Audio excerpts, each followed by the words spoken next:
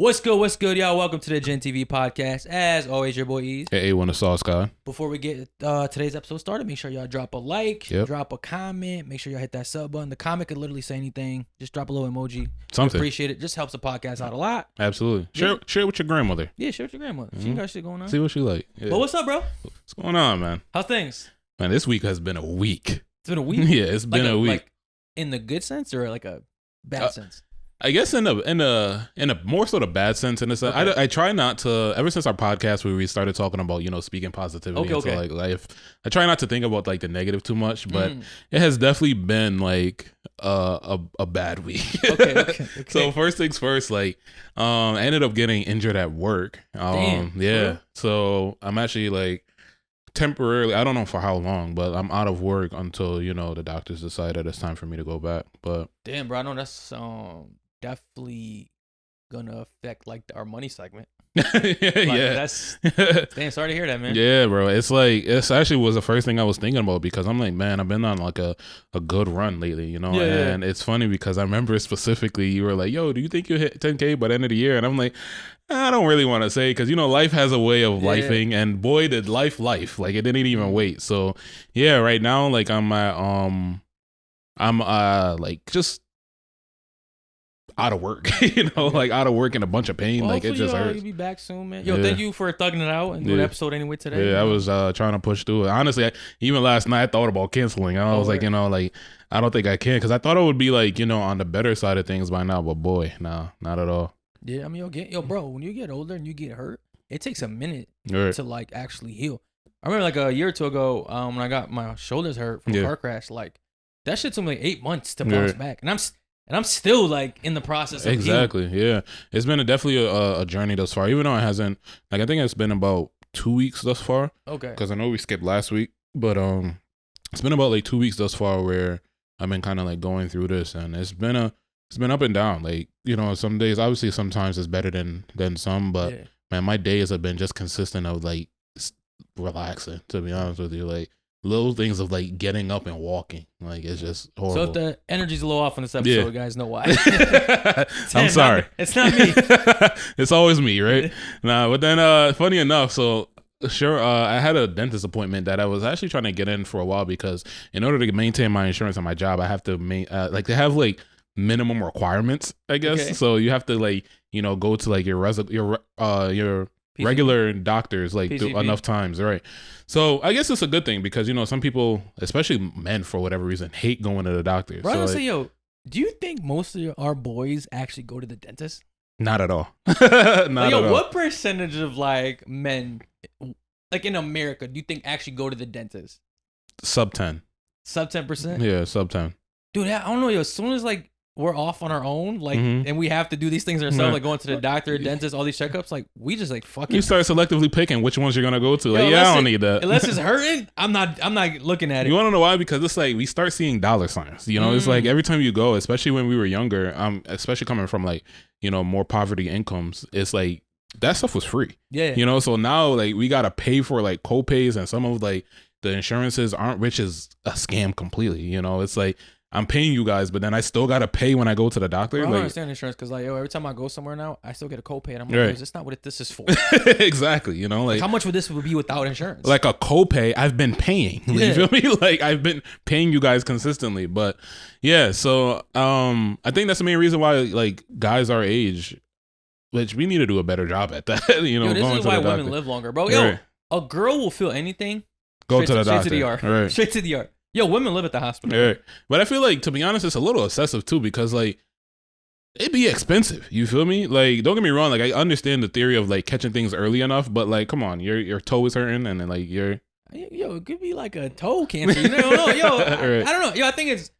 Yo, it's like, all right, you could have like a couple thousands of medical debt, or you could die because you didn't catch it. So, to be honest, death may not be that bad. Like you just don't got to deal with the problems anymore. Nah, I think I'll choose the debt. But how's your dentist appointment? So I ended up going to the dentist appointment, and boy, was that an experience. So I hadn't been at the dentist in a while. One of those elective appointments that you decide to not go to.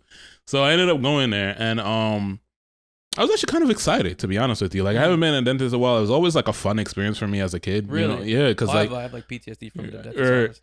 So I ended up like was like looking forward to it, like I was like, it's kind of like, okay, I get to go to school late or be out of school for the day. So I ended up was like, really excited for it. But, so I went there and they ended up like doing like a mini procedure on my mouth when I went there. Right. So pause. Yeah, right. They did a number on my mouth.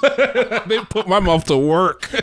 So jaw locked and for real, literally my jaw was locked. I'm not gonna lie, bro. Your teeth are looking like extra white. Really? Yeah. Oh yeah, thanks. So it better be, but yeah. So they did like a mini procedure on my mouth when I went there, and like, man, that was a hell of an experience. So like, I walk in, and like, I'm just like talking to like the I want to say the what are they called? The dental hygienist or whatever they're called. Like the lady that's actually like bringing us to the back, like bringing me to the back. I feel like they always do got some dental things. Hygienists be kind of low key bad. Right, they do dental offices be having some baddies. They definitely had some things in there, but it was like more of like an older crowd. Like what daddy likes. That's up your speed.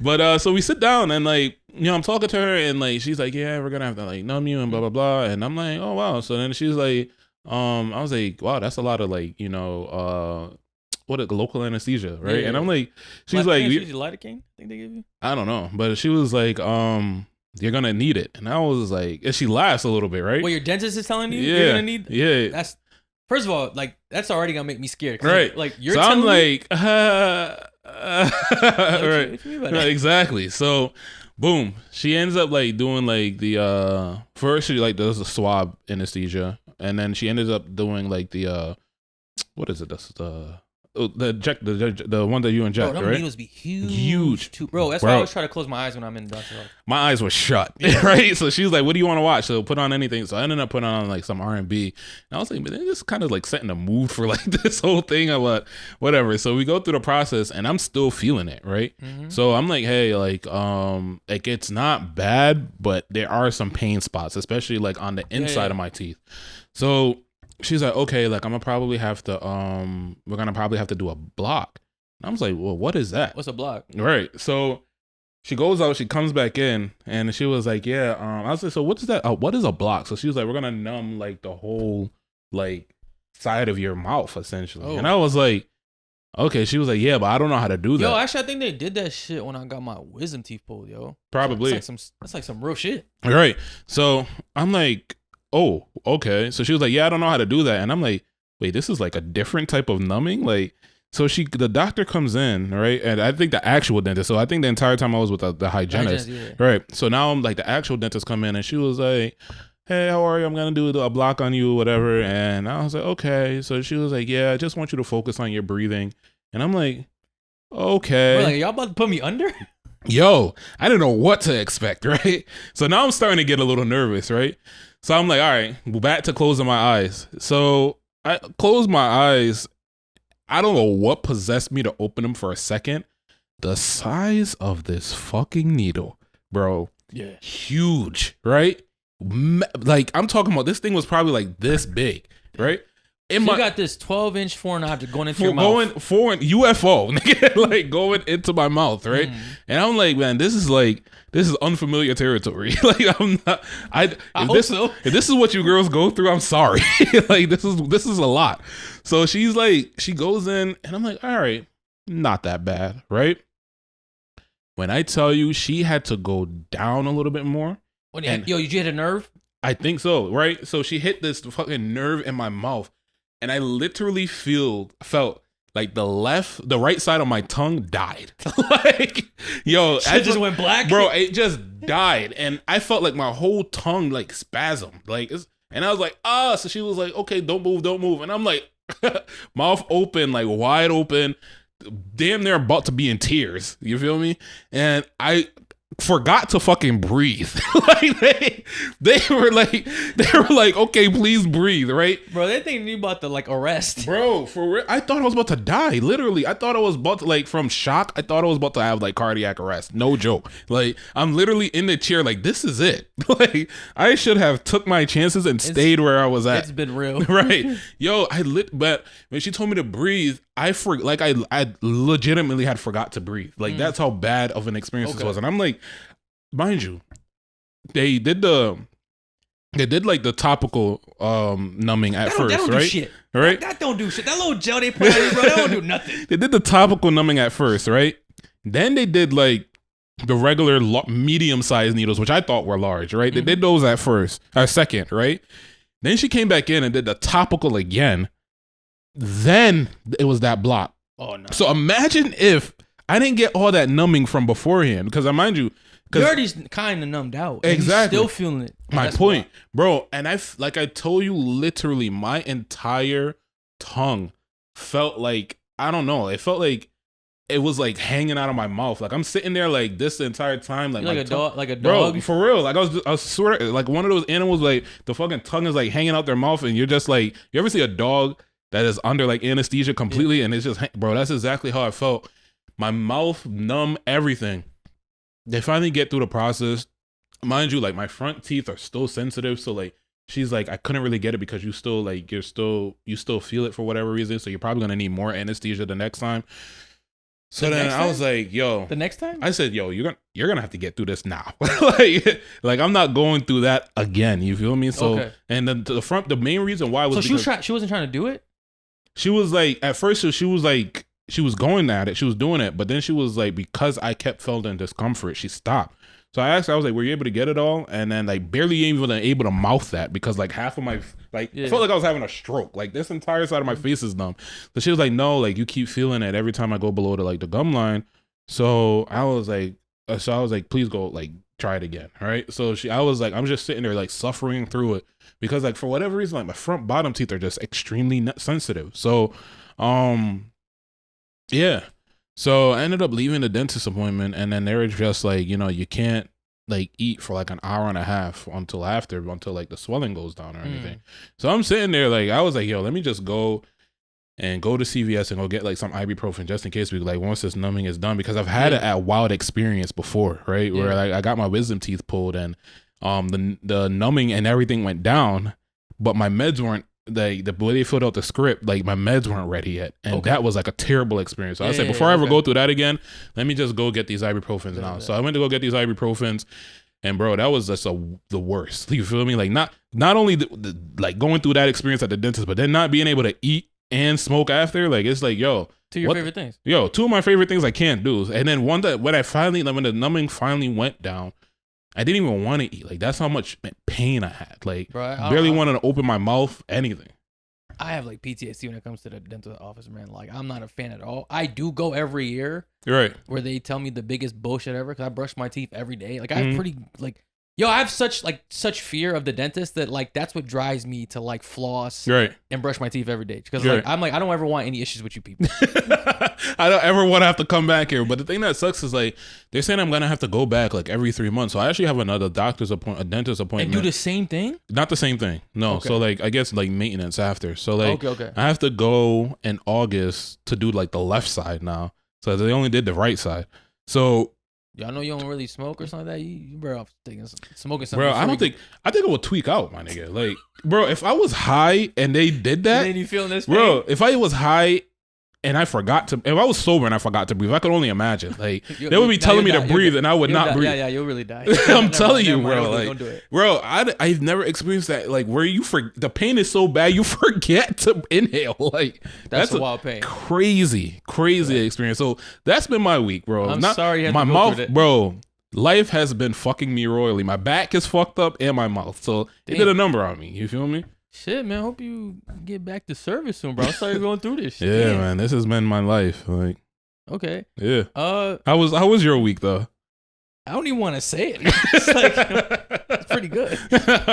Comparably, right? So, this past weekend I went to Rhode Island. Okay. I feel like I'm doing like a New England tour as of late, man. So I went to New Hampshire earlier this year. Now I'm in Rhode Island. I went to actually Maine or Massachusetts. Yeah, I feel like I'm doing a little New England tour. A lot of these mini vacations that we were talking about. But yo, so I went to Rhode Island. Pretty good, bro. I went to Newport. So I feel like when you go to Rhode Island, there's like 2 cities you're gonna automatically visit. It's Newport and Providence. Yeah. So Newport is more like you're right on the beach or the ocean, trying a lot of seafood, a lot of good coffee spots. Like I went like on a little mansion tour. Nice. Like dope vibe. Like kind of like more preppy-ish, if you get like what I'm putting down. How would you compare Block Island to Newport? not as like wealthy. I feel like Newport is like a wealthy town.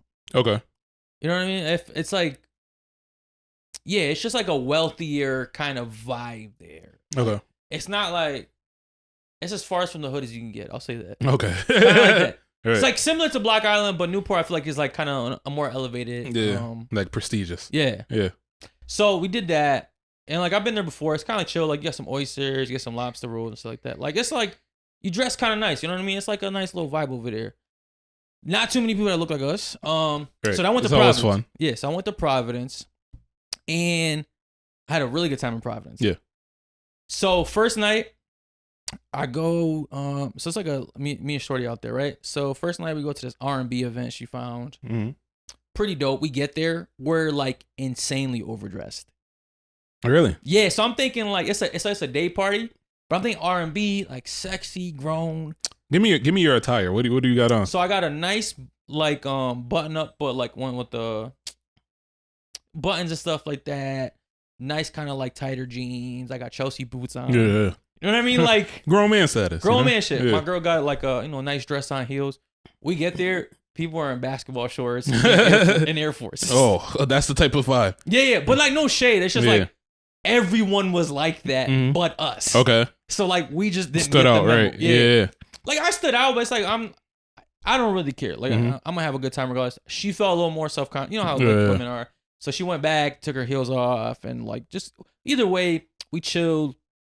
I want to give up a big shout out to the promoter that ran the spot, right? Yo, so they're on that Connecticut bullshit where you can just get free tables. You know, there's nowhere to sit. There's no way to put your drinks down. Right. You know what I mean? Like now you gotta get like a VIP service for, I guess, comfortability when you go out now. You know what I'm saying, right? Yeah. Bro, so I got a hookah and like there's really nowhere to put this hookah. So they told me, like, yo, go put it right here. So I go and put it right there. It turns out like that's like a VIP section type shit. Okay. But I'm not really like, there's really no one in there. Bro, I hate this culture, bro. So yo, then like obviously security pulls up on me. Right. It's like, yo, what are y'all doing here? I'm like, well, the girl that I got the hookah for just told me to like go right here. And it's like this is kind of like turning into something. Yeah. And I'm like, well, it's like you can't be here. I'm like, well, like they told me to be here. Like, right. But then like, yo, they're saying somebody's name. I'm like, I don't know who that is. Either way, like the guy like that was throwing the party came up. It's like, yo, just like he's vibing. Like let him chill right there. He smokes his maybe out. So I'm like, okay, I appreciate like, that. Exactly. Dope ass shit. Because you know, promoters usually it's impossible for you to put that down right there. Yeah. like the table is gonna get up and walk away if you put your hookah down right exactly. There. And I gotta say, bro, obviously I'm with my girl, right? But sometimes when I go out places, I do a little scouting from my boys. Yeah, right. So I just wanna introduce y'all to new things. Yeah, exactly. Right? Like, yeah, of course. I do the same thing, you know. So I gotta say, Providence had some baddies. Really? The party was loaded with baddies. The whole time I was saying, man, I wish like my single friends was here because it's like y'all would be thriving in here. Hey, yo, that's funny because I remember the last time we went to Providence, it was like we had a great experience. Oh yeah, we did go there, and that was like during 4 years ago. Yeah, that was during COVID. Remember, and we always like if we experienced it like this during COVID, I could only imagine what it would be like outside of COVID. And apparently, like it is lit. You feel me? Like it's funny because I actually just saw like a news article recently where like I don't know if it was I saw it recently, so I don't know if this incident happened recently, but I guess they were having like similar thing, maybe like an R&B vibe or something like that. And like, I guess a fight broke out outside of it. And then like a cop got injured or somehow or something like that. In Providence? Yeah. In Providence. So it was, but it reminded me of the time when we actually went and like, how much of a good time we had. Like the whole day, the whole experience overall was just like a really good experience. Like getting to go to Block Island and like, you know, spending time in there after, you know, but yeah, I could imagine like that. It's definitely a vibe there. No, it was. All right. So after that, right? So while we were there, we went to 2 African restaurants. Okay. One great experience. One terrible experience. Why'd you double up on them African restaurants? Bro, it's just a lot of African restaurants there. Like they just had a big African kind of influence in Providence. I don't know if it's like new, it's been there, but like there was just mad African restaurants, right? Yeah. They're like African food, so it was like whatever. You're right. All right, which one do you want to hear first? The terrible situation or the good one? Give me the good one. I feel like the terrible one is more in detail. Okay. Yeah. So the good one. So usually when I'm going somewhere on vacation, I'll look on TikTok or Instagram, like, all right, places to eat, things to do, right? So I end up finding like this one video, like this guy, like it's like a food influencer out of Providence, right? And he's talking about this place called Joe Rose. I think Joe Rose. Sorry if I kind of forgetting it. Joro. No, J-O. Yeah. Joro. Maybe, right? So it's Liberian food. So I've never had Liberian food before, right? Mm-hmm. So, we get to the restaurant like at 6. They open at 5, right? We walk in. The staff turns around like shocked. Really? Yeah, like what are y'all doing? Right. It's like, so my girl, like we instantly feel the vibe, and she's like, let's just get out of here. Right. Like, this isn't like this isn't for us. This isn't for us. I feel like it's gonna be terrible. My thing is like, once I like kind of got my mind made up that I'm going somewhere, like I really got to go there unless like something terrible happens. Like, right. I'm like, we already here. I drove. Like, I'm not going nowhere. Like, I'm meeting here. Either way, right? So we sit down. We're literally the only people in this restaurant. Okay. Outside of the staff. And I was like I said, I never had Liberian food before. So we're going through the menu. It's like a bunch of things I never had order. So we order a drink. Takes like forever to come. This is a good spot. Yeah, this is the good spot. Okay. It gets good. Okay. Bro, the drink comes amazing. Like one of the best mixed drinks I've ever had at a like restaurant before. Oh wow, like, okay. Amazing. The guy that we saw on like TikTok had tried the drink, so I'm like, we'll try it, right? So we order palm butter, some fufu, some mac and cheese. Okay. That's a complete left field right and there. this thing called dry rice. Okay. Right? So palm butter, amazing. Oh really? Yeah. Never had that. Me neither. First time. Okay. Like it's kind of like a beef stew. Okay. You eat it with the fufu. I thought their fufu was like a little soft, like too soft, but like overall, palm butter was amazing. Yeah. So then they bring out the dry rice. Nothing dry about it. Very, very moist. Very moist rice. But one of the best rices I ever had in my life. Okay. Super spicy. Okay. Bro, that's another thing. All the food. Spice. You know me, I pretty much put hot sauce on everything. Yeah. Almost all this food was like almost like on the borderline of being too spicy. Really? Like really spicy. Yeah. But so flavorful. Like amazing food, right? So they bring out the dry rice, really good. Like I said, nothing dry about it. So the name's very misleading. Next time I go there, I actually mean to ask them like, why'd you like what's up with this shit? Right. Bro, so then they bring the mac and cheese, right? So the girl's bringing the mac and cheese. I'm seeing her bring the mac and cheese, right? It's giving me Jamaican mac and cheese. Okay. It looks like a brick. Okay. Right? But not yellow. I could tell he's like the white cheese. But it's like, I'm like, okay, whatever. I'm like, what do African people know about mac and cheese? Exactly. Like this is kind of like expected. Yeah. Mac and cheese gets here. They put it in a. It looks dry. Looks like a brick. We dive into it. Mm-hmm. I'm like speechless. Really? Best mac and cheese I've ever had in my life. No way. I'm not even joking. You know how I am about my mac and cheese. No, I know. Yo, no lie, as I was eating it, I was thinking about you. Really? I'm like, this nigga gotta eat this shit. Bro, mac and cheese for me makes or break a restaurant. No, bro, so it looked dry from like the way it come in, but super moist. Really? Like, super, super moist, bro. And super spicy and flavorful. Really? But, I remember when me and her ate it, we're like, yo, what the fuck? Come on. See, this is where you're a terrible friend. You were supposed to package up a piece and make sure to bring it back. It wouldn't have made it back. Not for real. Like, bro, it was like, it's probably the best mac and cheese I've ever had, yo. Really? Like at a restaurant. Like, that's crazy.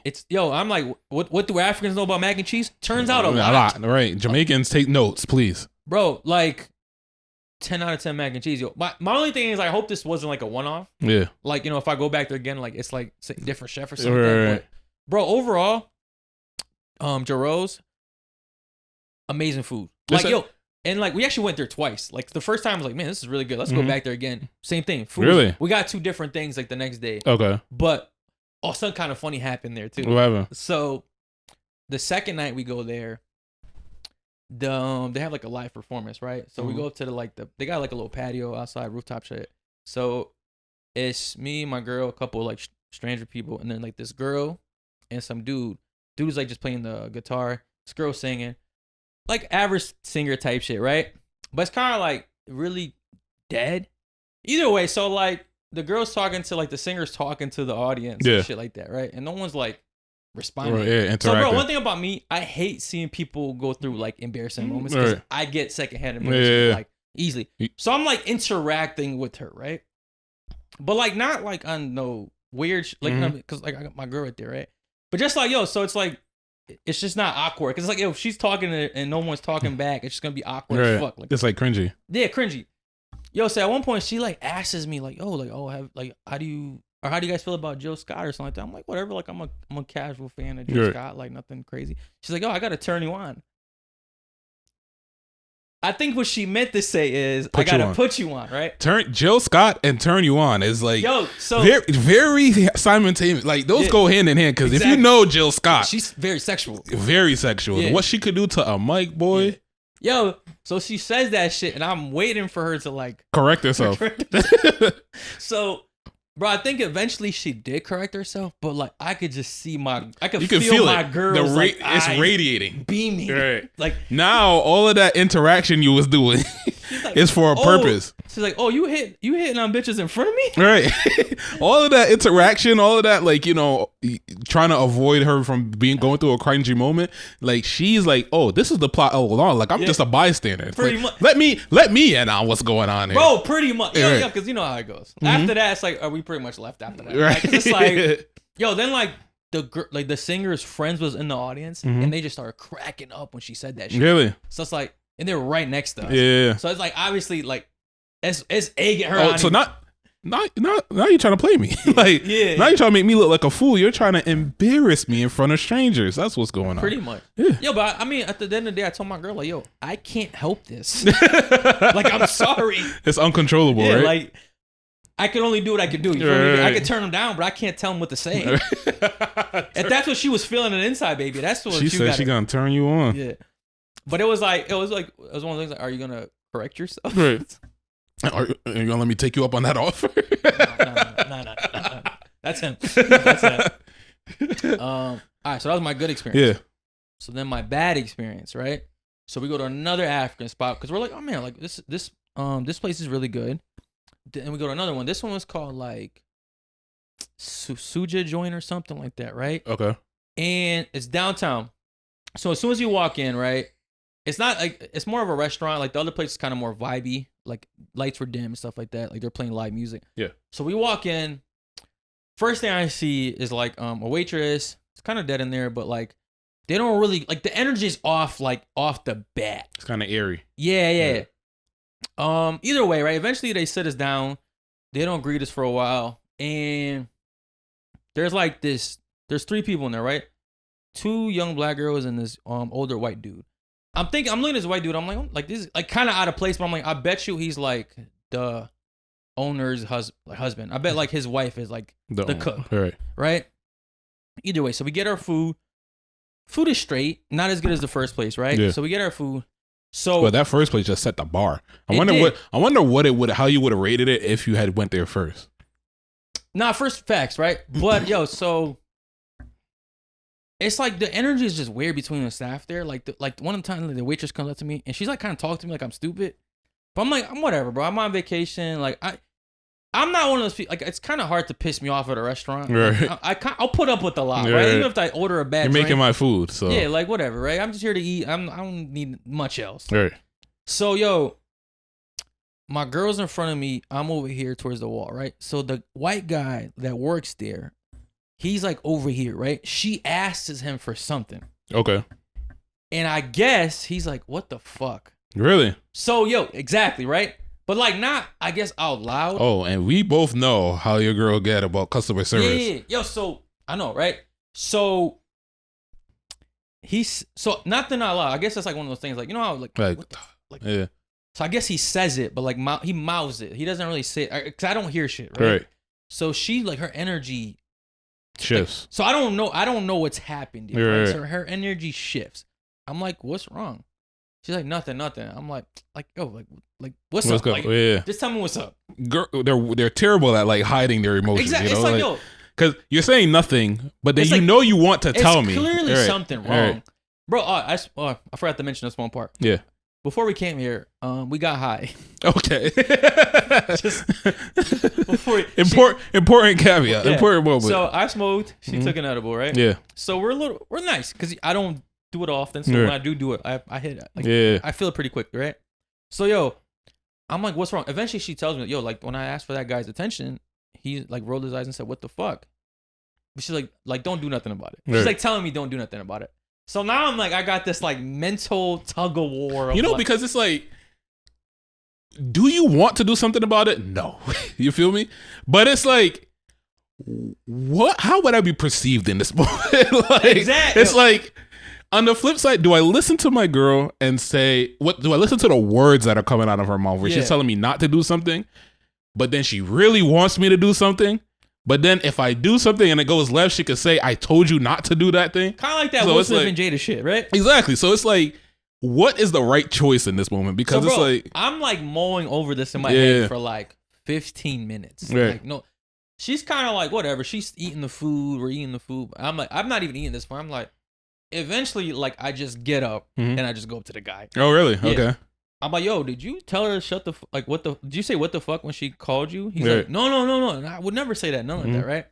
So then we go over to the table, and he's like, yo, did you think I said that? She's like, I don't think that. I know you said it. Oh, so now now you're putting me in a position where I got to do something. But go ahead. So and all throughout this time, I'm like, damn, like we are high. Like, right? Did he say this shit? Right? Yo, but here's where he fucked up. He's like, yo, if I did say it, it was like, cause like nobody was helping you guys. He said something that I was kind of like, yeah. Then I'm like, bro, all right, like I said, like we're done, like we're not, like we're out of here. And the whole time she's fucking eating. I'm like, yo, stop eating the food. Like, I'm trying to make a point here. Right. Either way, so like the guy like folded it and like we didn't pay for the food. Like, we didn't finish the food. We walked out. But I was just like one of those situations like damn, like I ain't wanted. So what did you say to him though? Pretty much like just apologize. Like it's like it was like after like he never fully admitted to it, right? But then I was like, yo, all right, we're out, like, because he was like they're gonna like give us the food for free or something like that. But I'm like, yo, we're not like if we're gonna stand on this, like let's stand on this. Yeah. But afterwards, she was happy as shit. Yeah, because you didn't have to pay for it. She's like, that was so hot. Right. Thank you for sticking up for me. Yeah, pretty much. But I was like, all right, like, now I guess I'll never know what this food tastes like. You're right. I'll never be able to experience it. Yeah. Hey, you got a free meal, or she got a free meal at least. Yeah. But overall, fuck that place. Yep. Go to Joe Rose, best African food in Providence. Overall, I thought Providence was such a vibe. And it had me thinking, right? Yo, when it comes to partying in New England, right? People automatically think of Boston. I think like when you, like Boston is like the big city in New England. Okay. What do you disagree? Carry on. All right. I think either way, Boston has like the biggest reputation in New England. I would say Mass-ish, but Boston. But Boston I know Boston's in Mass, but like I think like for me when. I guess being from New England, I mainly think of like Springfield, not so much Boston. Okay. But like Boston is like, okay, go ahead. I feel like when it comes to like actual like prestige, right? Boston, okay. Boston definitely has it in New England because it's like, all right, there's Vermont, New Hampshire, and Maine, like whatever, like I don't know what type of partying they're going on. Right. It's a lot of wood stuff. A lot of things goes on in the woods. Yeah. But I was thinking, I'm like, yo, I think the best party spots in New England, I'm gonna go New Haven. Yep. Providence. Okay. Hartford. Okay. Boston. Boston is the worst place to party in New England. I think there's a lot of things to do, like fun wise. But if you're looking to party and you look like us and you enjoy things we like, that's the most boring place to party. To me, swap out Boston and give me Springfield, and then probably Boston after that. You're not wrong. Yeah. My bad. Yeah. I'll put some respect on Springfield. Yeah. All right. Because to me, Boston is like. It's very subpar. Like it's like, don't get me wrong. Actually, the time we went, I actually had like some really good food there. The food was really good, but I feel like the actual like party scene, actual vibes and party. Yeah, the party scene was terrible, and it's like I feel like which Connecticut needs to correct also like the whole shutting down at 2 a.m. kind of thing. Yeah, I think that Boston mimicking that and having like the same vibe as well for a big city like that. But it's like, yo, y'all supposed to be like New York. Like, you're supposed to mash New York, right? But y'all are like whack. Terrible. Yeah. Like, I feel like it's just like, it's always like something missing. Like, it gives me like large Connecticut vibes. Like, that's what it gives me. So, yeah. Exactly. I mean, I was thoroughly impressed with Providence. Providence is Nightlife. Like, Providence is up there for me. And I've only, like I said, I only experienced it once. And it held like that position since I've been there. So, I know. Actually, I think I've been there twice. Yo, and it stood on it, yo. Yeah. I know we went there like a couple years ago during the pandemic. And it was still fun. But when I went back, I'm like, okay, this place is like dope. It's really nice, bro. Yeah. Really nice. I actually I was been meaning to going back for a while now, but I haven't really gotten the chance to. Let me know. Yeah. But let's get into the tweets. Tweets. All right. Let's do it. All right. Let's get into my favorite tweets of the week. I'm going to start off with some silly ones here. Okay. And then I'll get to some like deeper ones, okay? Yeah. All right. Favorite tweets. Dudes be named Will, but won't. I actually just saw this one. I just saw this one like 2 days ago, and I chuckled to myself. Yo, it's a good dad joke. Yo. I was like, they won't, but they will not. Yeah. All right. This one is so real. Okay. And it makes me think like sometimes we're all living the same life, bro. All right. Favorite tweet. I lose all respect for a t-shirt once I slept in it. Wow. Yeah. I've had like an awakening moment just now because it's very rarely do I sleep in a t-shirt though. Yeah. Very rarely. Like I'm a firm believer in not laying down in your bed with outside clothes. Mm-hmm. But like if I sleep in a shirt, it's like it's out the rotation. It's good as like a work shirt for me. You feel me? That's like what I'm saying. It just goes into like, all right, this is a throwaway, something I could use if like I'm doing yard work or some shit. Bro, but exactly, I'm like, yo, like how do we all like like sign off on this? Right, like sleeping in. Damn, this might be a simulation, bro. Once you sleep, yo, it could be your favorite t-shirt. Yeah. You take a full sleep on it. That shirt's gone. It's done for. That's a basketball shirt for me now. Yeah. It might be cooked. Yeah. Actually, speaking of t-shirt, yo, shout out to Frank. Oh yeah, shout out to Frank. Frank Myth gave us some new shirts. I think it's like the second shirt Frank has given us. Yeah. Yo, you can give us anything, we will wear it. For sure, man. It's actually dope. Material's nice. Definitely love the color. Check him out for sure on Frank Myth on Instagram. Yeah, and his music too. Yeah. All right. Favorite tweet, and this one I could really relate with. Okay. I don't know who needs to hear this, but your dog can stay home for the hour you're at the grocery store or the restaurant. Bro, no. Okay. No. Okay. All right. Hear me out. Hear me out. Hear me out, right? I myself have a dog. Yes. Right? And one of the things that like I do not like about other dog owners, people put the responsibility of like other people enjoying their dog as much as they do. And I don't like that. You feel me? I feel like respectable. Especially because like I think primarily because like my family isn't American. Yeah. And I feel like it's an American thing where like people view their dogs as like children. It's family. You feel me?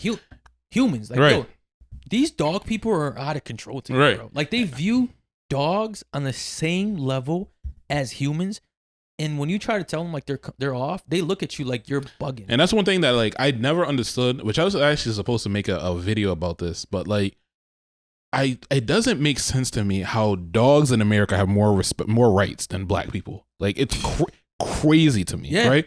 Like white people can name the 150 different breeds of a dog, but then think all black people look alike. They would literally sit there and sympathize with a dog being misused on the internet, but then advocate for black people to be misused by the police officers. Like I don't get it whatsoever. Bro, here's the craziest thing I've seen, right? I saw this video of these people stealing a dog from a homeless person because they felt like the homeless person couldn't take care of it. Take care of the dog. And it's like, why not help the homeless person? Right. Like, but the human in front of you needs help, but you're worried about the dog. They're willing to take the dog. The only thing he's probably got like gives him joy in this world. Exactly. Like that. It's a crazy thing.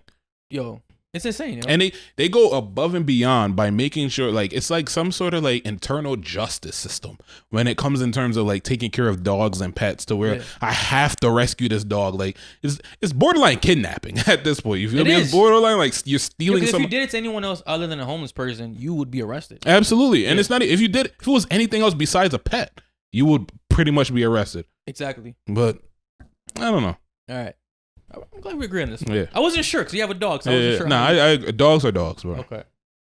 Favorite tweet. This one kind of funny to me. This charger from Dollar Tree changed my phone number. Say that one more time. So favorite tweet. The charger from the Dollar Tree changed my phone number. Bro.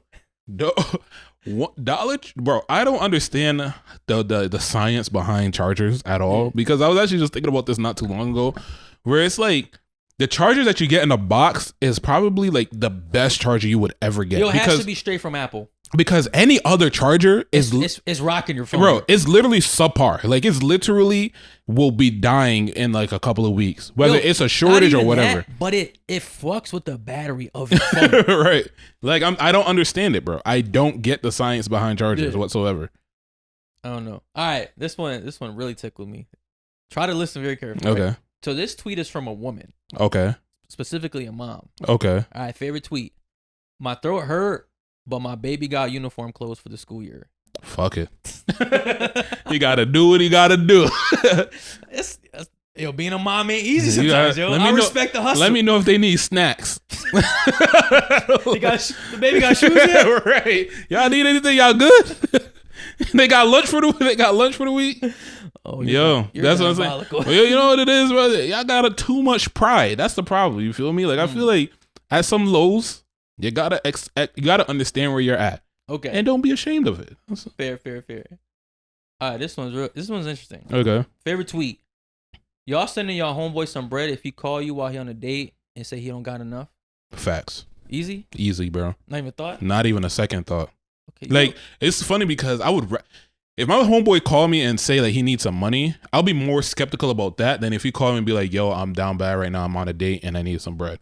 I got you. Okay. At least it's for a purpose. You feel me? Yeah. But if you're going to do it to like fuck it off, then it's like, come on. Right. Now there's conversations on why you're on a date and you don't got enough money, but then we know like sometimes girls like to go and order. So we could address this at a later date. Right? Exactly. But you handle this. Bro, I got it. You need to secure it. You need to secure the bag as well. Or that's like the contract I need before I send you the money. Right. Like, if you're not smashing this, I'm not. You need to secure the bag. What's the over under on you getting this? Right. Like I need to know the stats. Yeah. Like you feel me? Yeah, but.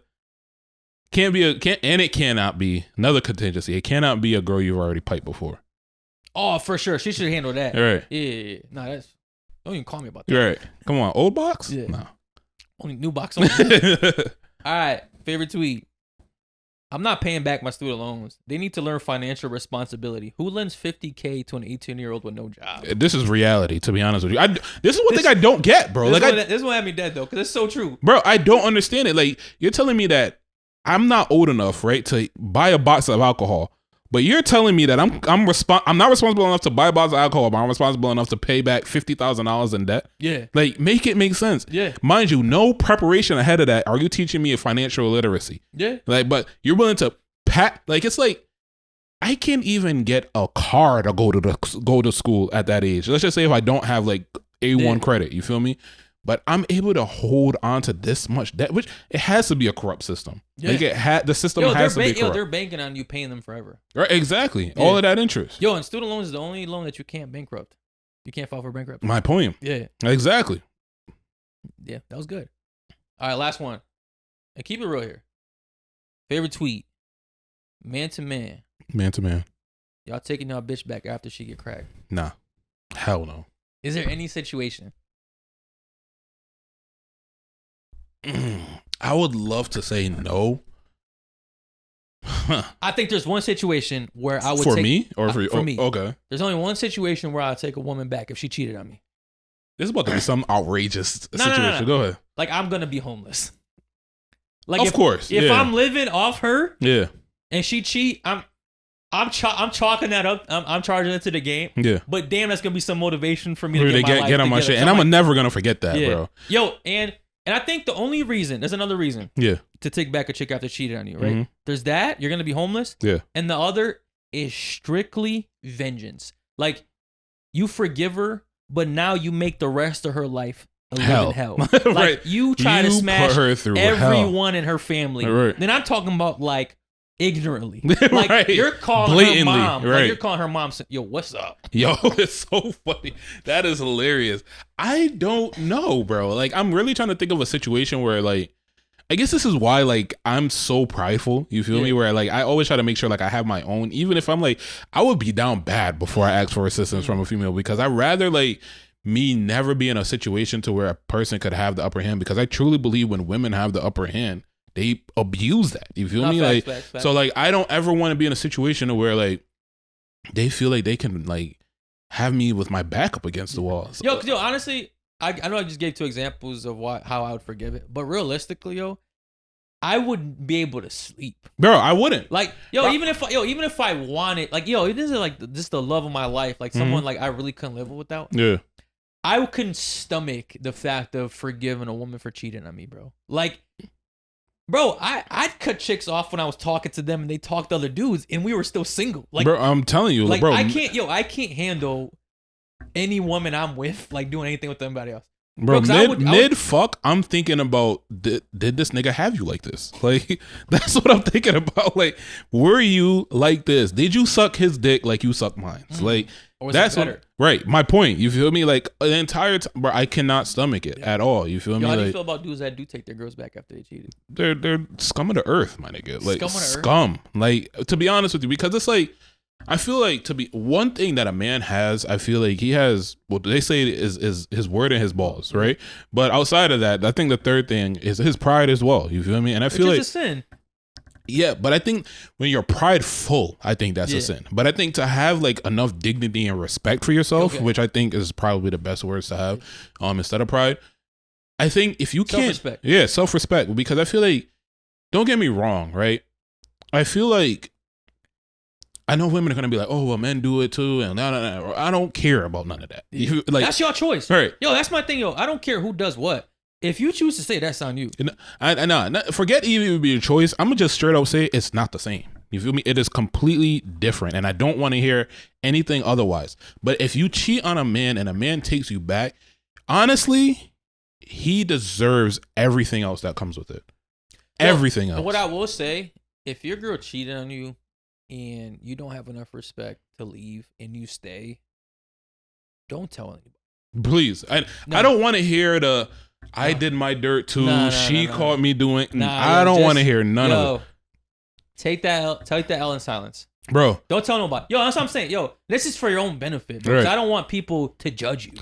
I don't want to judge you. Yeah. You feel me? Like, that's the thing. Like, and me being your friend, I'm going to judge you. Yeah. Like, I'm going to be like, damn, like, my nigga is willing to tolerate this. Nigga, you tolerate disrespect from a bitch, you better not ever say shit to me. You feel me? Like, like you feel me? Like, don't ever say shit to me. Like, this, she fucked on another nigga on you. Like, I don't want to hear nothing about no disagreement me and you got.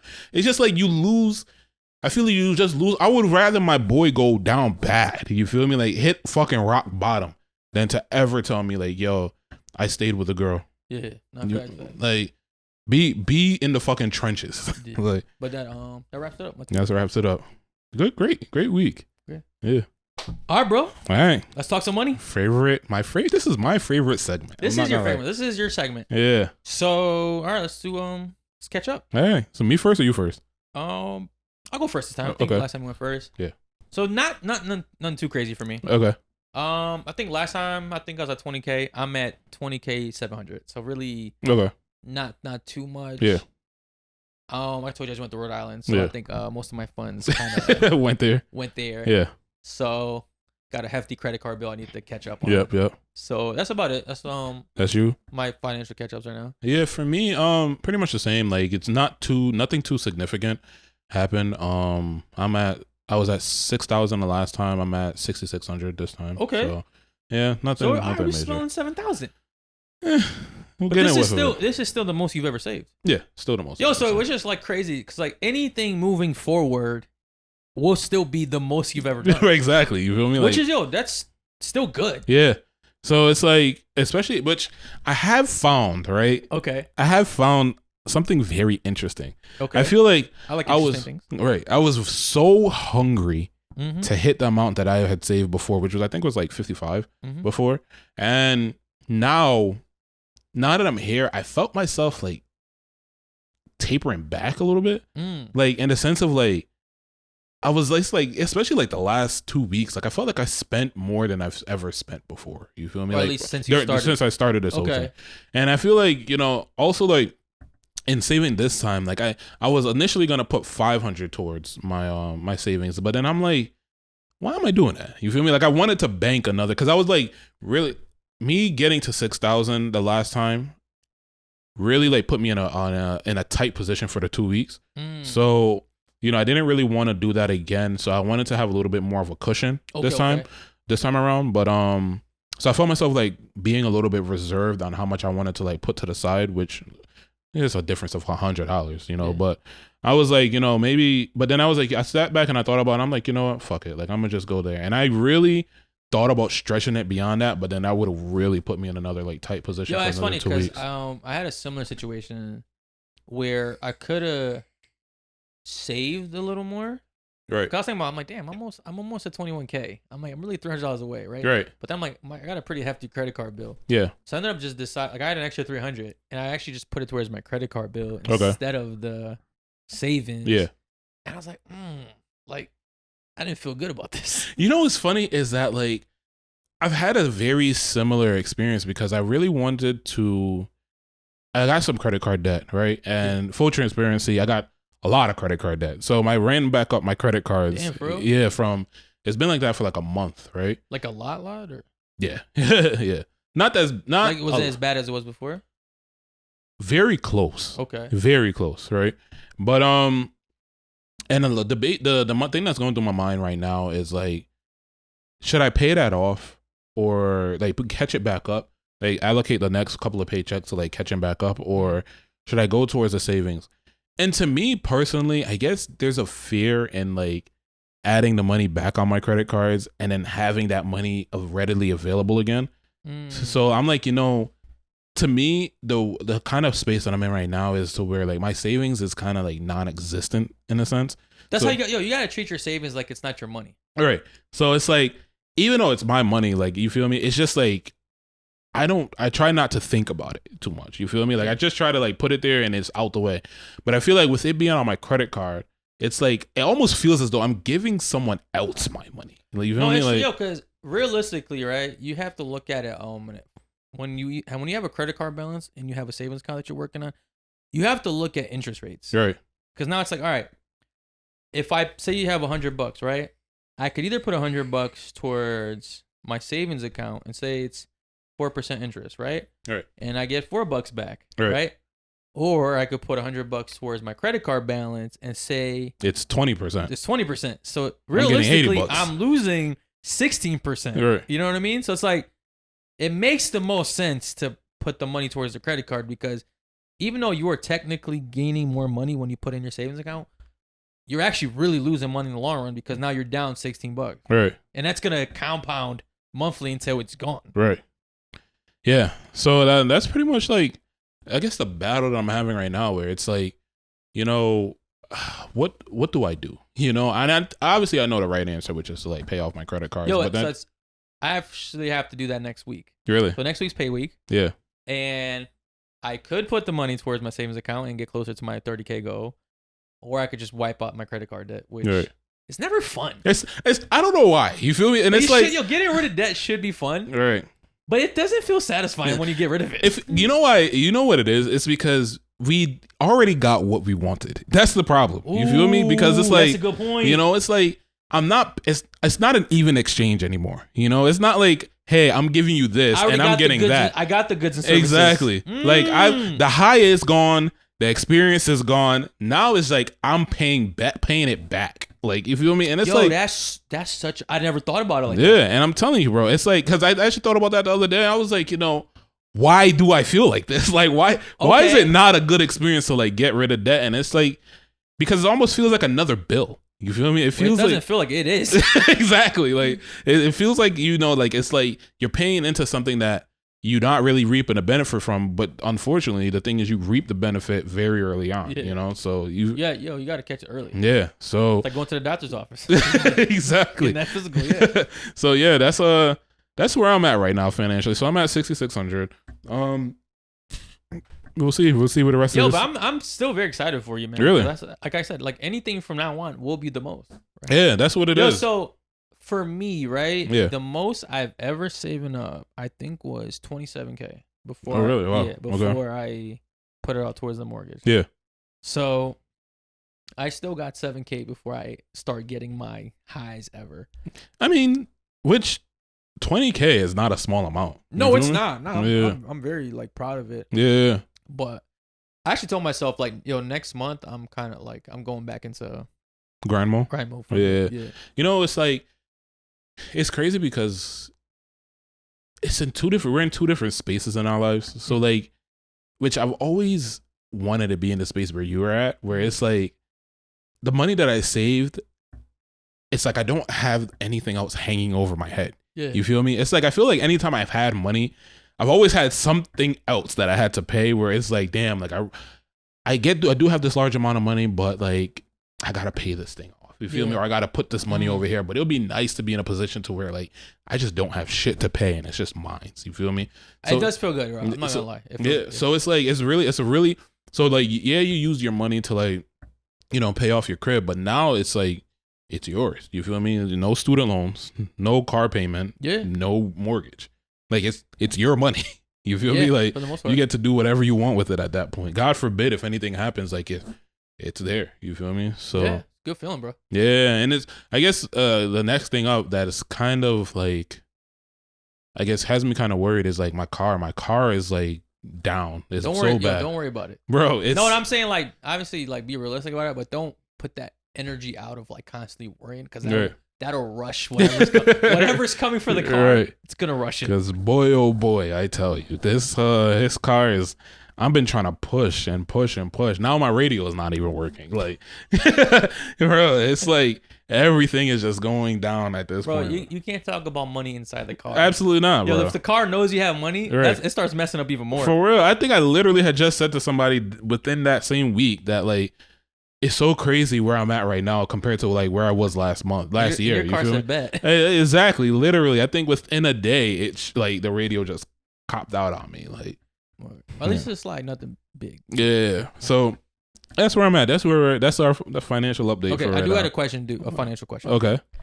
If you got $1 million right now, $1 million after taxes, all that nonsense. Yeah. Like, all right, just you got $1 million. Mm-hmm. What are you doing with it?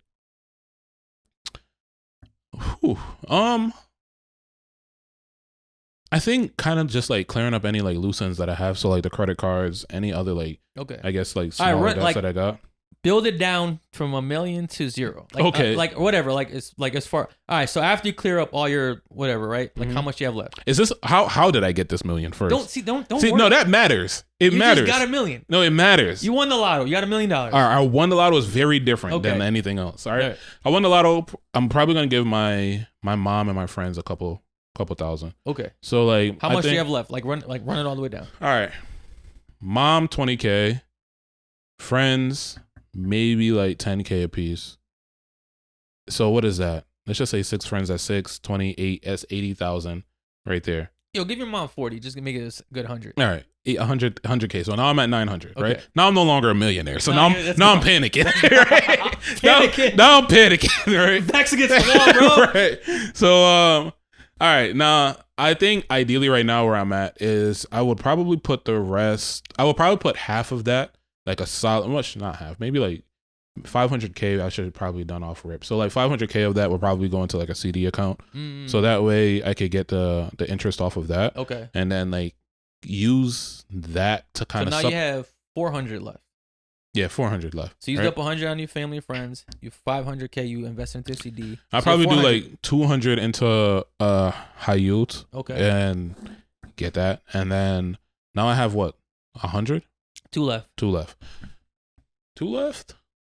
I might. You're practically broke. Right. Probably purchase a house. So, okay, I was waiting for that, yo. Yeah, probably purchase a house. Okay. Like, and something like reasonable in that price, like something that I could actually afford on like my base, because I'm still working apparently. You feel me? Like I still need to like. Because the crazy thing about $1 million, you can't retire. No, at least in America. Like maybe if you move to like Thailand or some shit, where like that shit's worth like 600 million, whatever. Right. So I would like to like use the interest from the CD account. I want that to compound, so I'm not gonna really touch that. But then the interest from the high yields, I would probably like use that. I think it might be like what, a couple $100 every year, or a couple $1,000 every year. Bro, that's a couple $100 a month. What's that? 4? Let's just say 4%. Yeah, so that's what, $8,000 a year. So probably just use that to like supplement my income, and to some extent, and then purchase a car and purchase a house, like finance a house. Yeah. All right. Just in Connecticut. Yeah, more than likely. I don't really have too many places I want to move to. Okay. Yeah, I feel like ideally, like it would be in Connecticut. Yeah. All right. Okay. How about you? All right. So if I got $1 million out of nowhere, right? First thing I'm doing is I'm putting $250,000 into a high yield savings account. Okay. Exactly $250. Well, we're not too far off. I was 200. You were 250. Just because that's all they'll insure you for. Okay. So that's like. As far as like normal banks go, I don't know what the wealthy people. I thought they bumped that up. I think it's still 250. Okay. All right, so I have 750 left, right? Yep.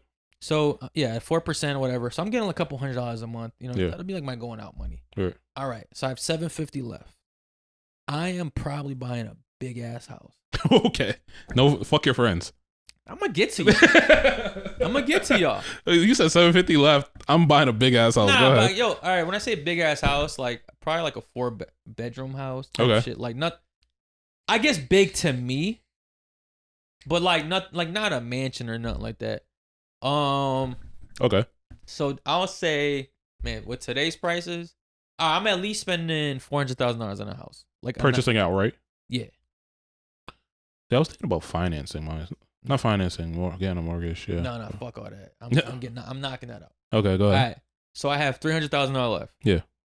I think so the reason I want a big crib is so I can move my parents in. Okay. So that's like really my goal. Yeah. So instead of like me having to give them money, like right. I don't want to just like, you know how you give your mom 20 bands. Yeah. Like I want to get a crib with like maybe some in-law suite or something. Right. Like that. I can move my parents in, and they don't have to pay for shit. Like that's my goal. You feel me? So that can make their life easier. Yeah. So I don't gotta just like outright give them money. You know what I mean? So I have 350,000 left. Just about, yeah. Yeah. So I'm gonna give all my boys probably minus Manny money. Why minus him specifically? He don't need it, right? He don't need it. He doing too well. He doing too well. He don't need it. He doing too well. Yeah. I'll probably give all y'all $11,000 just to be a little better than you. Okay.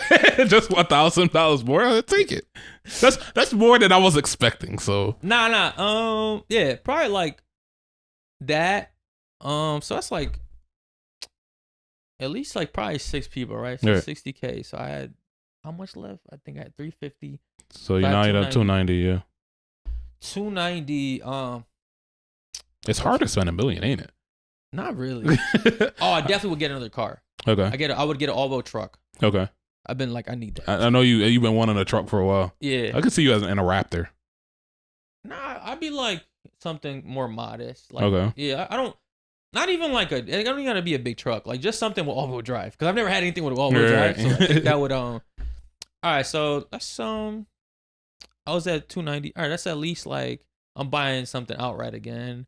I still probably wouldn't buy a brand new car. That's the crazy shit. Yeah. So I'm probably at least spending like 60K on that. Something. So now you're down to 230. 210 or 230. Mm-hmm. Shit. I feel like at some point you just gotta like put the money away to like for savings or something. No, like I'm talking about just like a close savings. Like okay. I'll put the 30 more K in another savings account, not including the 200, the 250. This is like just in case money. Yeah. All right, so I have 200K left. I'm going on a crazy shopping spree. You know what I mean? Right. I might bring y'all along. Like, all right, everybody get like a little, $1,500 like limit. Like $1,500. You don't think that's good? Hell no. For a shopping spree, bro. What the fuck are you buying for $1,500? You think it's too much? No, that's not enough. I'm giving y'all a $1,500 shopping spree, and this is a problem, bro. All right, where are we? Give me the name of the stores first of all. Just the mall, like the regular mall. Possibly. We have on free T-shirts right now. You're fucking talking about $1,500. Okay. I don't think maybe I'm being ungrateful, bro. I don't think you operate in the real world sometimes, bro. I'm $1,500. I feel like that's gonna go like that. You can get some good ass outfits for $1,500.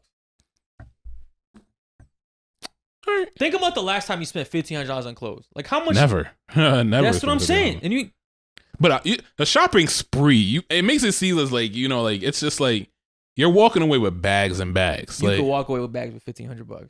I don't know, bro. I walked away with bags spending $300 at the mall. Okay, all right. See, that's why. And you know what? The whole time, like, I gotta fucking monitor y'all. As y'all, cause one of y'all gotta go and buy one thing for $1,500. Right. Buy a Louis Bell. That's it. Like, all right, man. I'm done. Can I get more? No. I'm tired. Y'all still shopping? Yeah. I don't know if, bro. Well, you know what? Use the rest of the fucking 11K. I think that like $1,500, bro. I really think it's gonna go like that. Like I think you could like, bro. Unless you're buying like basic tees. I promise you, I'd get so much clothes with $1,500. Like basic T-shirts. No, nice, decent clothes. Like I'm talking about American Eagle, Abercrombie, like Uniqlo, like some decent stores. At least like 3 pairs of sneakers. Okay. I gotta go shopping with you next time. It's like this is like, what? Bro, I feel, bro, my jeans alone are like $70-$80. Like, okay, so get like 5 pairs. I That's guess like $450. Exactly, and just jeans. All right, I'm not walking away. You still have $1,100 left. All right, cool. All right, me. It's just me. It is you. It's just me. All right. I was expecting a Cuban out of this at some point, like a Cuban ring. Dude, like at least let me walk off with a Cuban. Yeah, that's pretty much it, yo. I don't think I like. I probably have like 200K. I probably just put that back in the. That's what I'm saying. Like I feel like at some point it's just like I don't really want much else. We're like kind of being like ideally smart with the money right now. I'll tell you what. All right, since you're ungrateful as fuck. All right. Next carnival trip on me. Now we're talking. Okay? Now we're talking. I'll get the Airbnb. I'll pay for everybody's tickets. That is what I want to hear. All right, so now we're down. We're down to like 185. Yeah, but that's it. And it don't got to be like nothing extravagant. You feel me? Like I'm giving you $1,500 for shopping. No, I'm saying like the carnival trip don't have to be nothing extravagant. You feel me? Like it could be a regular like nice chill vibe. But like now we're talking. All right. Now I'm appreciative. All right. Thank you, bro. Let me know when you get that $1,000,000. You won't. Now you won't. You'll be the last one to know. Yeah. I guess that wraps it up for If I gave dudes $1,500 for the shopping spree, he'd be ecstatic. He'd be so grateful. Bro, I don't think that $1,500 is lasting anybody. I feel like $1,500, it's like I'm very tempted to put that towards like my bills. Like, all right. You know what?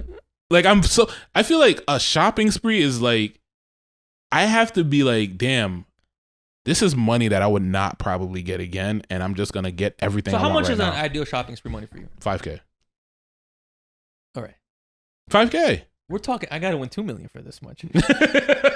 Bro, $5,000. I feel like that's a decent shopping spree. Yo, but I'm giving this on top of the $11K I already gave. Yeah, but the $11K I already got it. Like that's already spent. Like that shit is gone. You feel me? Like that's all right. Bro, you give me $11,000. That is like tucked away or given back to the people that I owe. You feel me? Like that money is dead already. All right. So like a $5K. Like now it's like all right. Like I could redo my entire wardrobe with $5K. Okay, bro. All right. I feel like that's reasonable. Boxers, t-shirts, like this guy wants to redo the whole wardrobe. Bro, that's what I said. My whole wardrobe, shopping spree. I'm thinking like just a couple items, man. That's what I'd be cool with. Don't say shopping spree. You're taking me shopping, then. It's not a spree. You're taking me shopping. Like it's still spree. You're taking me school shopping. $1,500, you go crazy at H&M. Bro, I don't think I could fit anything in H&M. See, that's the unfortunate thing about being fat. You feel me? Like I don't have the same perks that you guys have. Like the same sales, my materials cost more. Like a t-shirt is gonna cost me a lot more. So I don't have the same luxury of like walking in the store and buying that. Like I gotta go to Big and Tall, and Big and Tall is expensive. All right, you could probably walk a $60 t-shirt in Big and Tall. I'll bump you up to $1,800. That's max. All right? You gotta do some of that $11K. Nah, that's what I'll do with the $1,000,000. I think that's fair. But obviously, like you said, it's like a real. That's like the real like financially responsible loss. You feel me? Like what we would do if that fucking Millie touchdown, who knows? You feel? But honestly, I feel like I'm the type of person where like Tory Lanez at that club that night. Everything busts down. Yeah. But you know, the funny thing about me is like I'm very scared. Like if I was to get $1 million, I feel like my problem is I would want to hoard that $1 million because I wouldn't want to be like less than a millionaire. You feel me? Like I want the status of being at least able to say like I'm a millionaire. But then imagine like, no, hold on. I have to draw this out a little too long. Putting that in a high yield savings account. The whole $1 million? The whole $1 million. That's $40K a year. Okay. Now this is starting to get into like life changing. You feel me? Because it's like now imagine on top of whatever you already made. You're already making. Like now you're like in a space to where like you imagine getting a $40,000 raise at your job. Like that is substantial. You feel me? And it will be taxed. It would be taxed. No, they count it as income. Yeah, so it would be taxed. But $40,000 is like an extra bump up. I think like that would be more. I guess, ideal for me in a sense. Like, at least being able to say, like, I'm still a millionaire and, like... You just want to hold on to that. I just want the title. That's all I want. You know what I mean? Like, maybe half compound, half to me, and I'm good. All right. Yeah. I think we'll call it on that. Yeah, we'll call it on that. All right. So you want to get into some world news? Let's get into some news. All right. So I don't know if you've heard of it, but RFK, our new, I don't know, what is his title? I think head of Department of Health. So he has got, pretty much, he got an itch in his back for, I guess if that's the right term, for sugary drinks and sugary like food, like candy. Okay. So he wants to ban food stamps from you to be able to purchase like sugary drinks and candy. So people with on food stamps won't be able to purchase soda or any type of, I guess, sugary drinks, food. I guess everything not healthy. Pretty much just so far right now, it's just sugary drinks and food. Okay. So like candy primarily. Okay. So right now he's saying we spend north of $400 million a day, with 10% of that going towards soda, and if you want to add candy into that, then it bumps it up from 13 to 17% of the money daily spent is going towards that, which is quite a bit, to be honest with you. That's what 10% of that is pretty much like $40 million a day. That's a lot. Is going towards soda.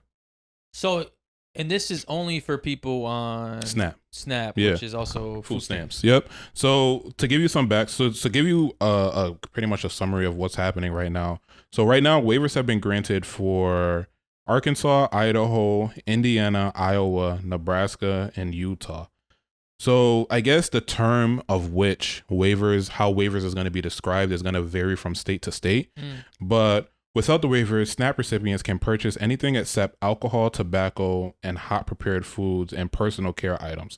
The term, like I said, the term of the waivers differs from state to state, with some limiting soft drinks only, while others exclude candy, prepared desserts, and energy drink. Okay. Yeah. So this is only limiting people that's using food stamps, which I guess the poor class, right? Not necessarily, because people in middle class use food stamps too. But so as someone who does, I don't allow soda into my house. Right. My kids don't drink soda. We barely have any candy in my household. Now we do drink some of that stuff when we leave, but as far as my household, I don't allow it, right? I'm kind of against it, right? Okay. And I'm someone that's somewhat healthy in a sense, right? I'm against it in a sense. I don't know what their actual intention is, right? They're probably claiming it's for better health. Right. But why is it like only important for the people that's using food stamps to be healthier? Like, why not everyone? Because the problem with like the candies and sodas that's sold in America right now is like all these dyes and other like chemicals they put in it that's, cancer causing or some type of issue causing. I think we're like one of the leading countries in the world as one with diabetes. Right. So I get that, right? But I don't like that it's only focused on them. Because then it makes me think it's more about just controlling this class instead of actually caring about what's better for them. So it's funny that you say that, because once again, we're on opposite ends of it. Okay. So I guess I'm more for it, right? Which is ironically enough, because I feel like, generally, contrary to my looks, I don't really drink too much soda on a day-to-day, and I think that that's one of the things that, like, for me, is on I guess the healthier side of things that I try to do is trying to, stay away from candy and like sugary stuff. I don't really have too many cavities, don't have diabetes. Okay. And it's abnormal for a person like that of my stature, that don't have any real like major health healthy concerns. Big guy. All right. But upon doing research, obviously, like you said, what they say versus what actually is two different things. So but that's what makes me question like their intent, right? Like I get the positives that could come out of this, right? But I think I don't like it that it's just solely focused on them. So I'm gonna get to that, right? Okay. So initially, when RFK first, I guess, got his position, Trump appointed him to figure out, or I guess, either Trump appointed him to figure out, or he has had like a personal like I guess vengeance against autism, in a sense, where he wanted to kind of understand why is it that it's on an upward trend over the past couple decades. And Trump then did say that he needs to come, or that by October we would have a definitive answer in terms of what is the leading cause of autism and why have we been seeing an increase. Okay. So I feel like ever since then, like we have been hearing talks about him specifically hyper focused on red dyes and sugar. And like anytime he comes into like, you know, talking about health related issues or comparing like our nation to like other nations, he's saying that we are, I think it's like 10 times or 10% at a 10% increase more likely to have diabetes. And when also there's a large percentage of like these companies that you see. So like, let's just say like Frito-Lay, you feel me? Like Frito-Lay would have, I think specifically his example was McDonald's. So McDonald's in America has 11 ingredients, like in an order of French fries. Whereas in Europe, it's 3 ingredients. Cool. So, and I think also like companies, like he said, like Frito-Lay and like some of these other companies, they also have far fewer ingredients in their items compared to us. And also they're much healthier than we are. And I feel like from a personal experience, whenever I've traveled overseas, it seems as though like the food quality is so much better. No, I can agree to that. I think that like on a token side, it's like in the grand scheme of things, right? You know, coming from a personal experience to where I know how I feel when I eat the food here versus and it's like I go overseas, I could eat that food and I feel like I'm losing weight, right? Obviously, I'm not there for long enough to know, but I just feel healthier. I don't feel as bogged down, even compared to like eating healthy foods over here. And one of the things that he said, which I think is the reason why he's hyper focusing on this group of people, is because he's saying that we're allowing these people to purchase the stuff on food stamps. And then first of all, the taxpayers are paying for the food stamps. We're allowing these people to purchase this stuff with taxpayer money.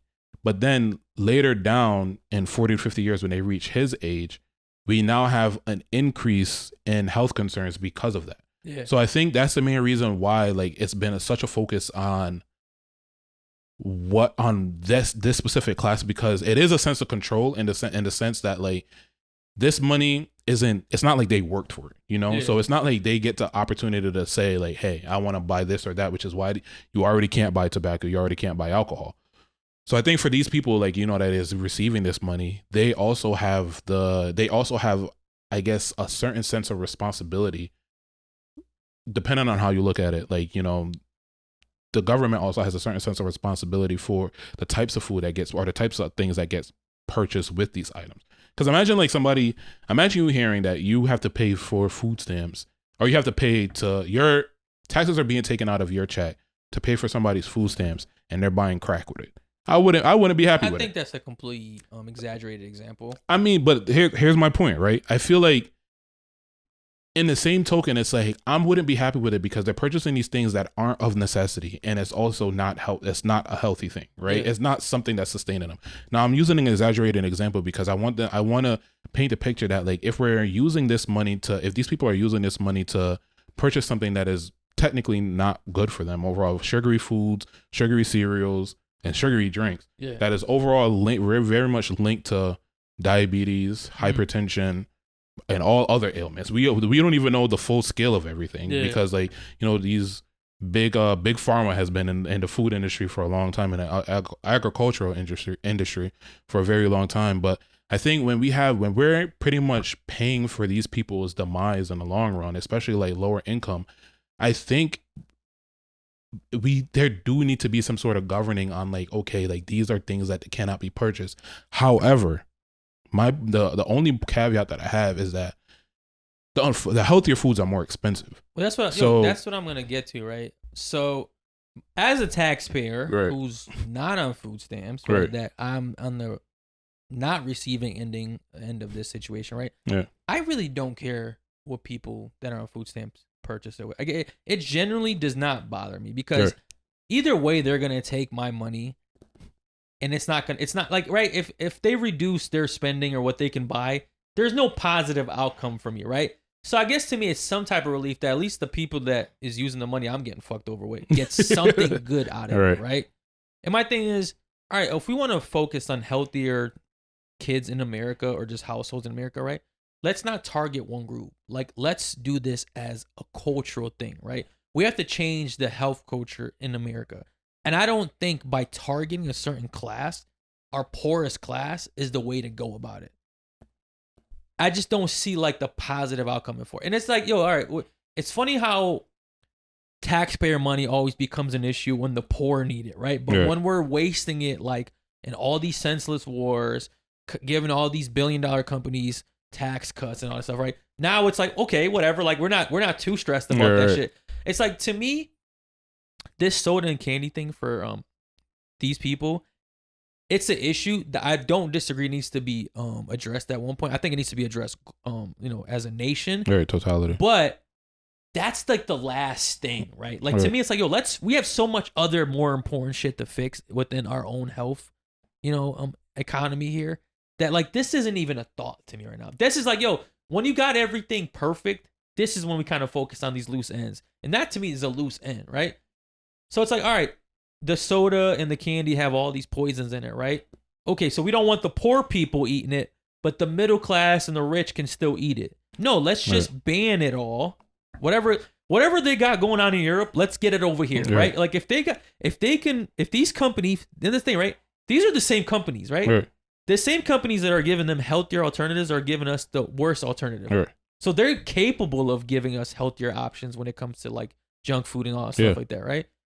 So let's just make it illegal here. Let's stop letting these companies have lobbyists that are buying the people in charge, which then allow these companies to poison us, right? Let's cut that shit because we know what's happening. Like it's not a secret, right? And then we focus on what these poor people can buy, respectfully. I mean, I could agree with you. I feel like we need to focus it in a totality from a totality viewpoint as well. I just agree in a sense of like, I do believe that we are, in the same token that we don't allowing people to purchase alcohol and tobacco, I think like we should not be allowing people to purchase like unhealthier foods as well. Now in terms of like going deeper than that, that's a whole nother conversation. You feel me? Because I feel like, where does it go from there? And I think that's a concern that a lot of people have. It's always a slippery slope when the government starts intervening in what you can't and can't do. Right. Because once you get the green light to do one thing, like once they get that green light, they get hungry real quick. But I think that's the problem. That's the reason why. Obviously, like I feel like they know exactly what the issue is, but they're just trying to tiptoe around it. And it's like personally, for me, I believe that they're in a space to where they're looking at our death rates, they're looking at our health rates, they're looking at the cost of everything and being like, okay, like it's evident, right, that like we're poisoning these people. At this point, we can no longer hide it from. No longer hide it from the Americans. Which I understand, right? But the thing is, like, so you only care about the poorest of our classes being poisoned. Like that, because it makes them believe that they're doing something, which I think they are. Which that to me, like that's the lie. That's the charade, right? It's like you're not, because it doesn't, like, logically, right? If you're gonna really worry about the rich, middle, and poor class, right? It really only makes sense to focus on the rich or middle class, like, because those are the ones that contribute most to the economy, right? That's the people you really want, the healthiest and contributing. So you're telling me the thing that makes the most sense you're not doing as the people in charge, you're focusing on these people. That doesn't make sense to me. I think because they're a larger percentage of people. Like, even though they contribute the most in society, it's also like when they're sick people, what does that cost on the back end? So it's like, okay, you have little Timmy. Are you saying people in the poor classes get sick more? Generally speaking, from our foods, like we don't have, people in the poor class don't have access to the healthier options. So like you see, the more somebody's money increases, the more likely they are to then change their eating habits as well.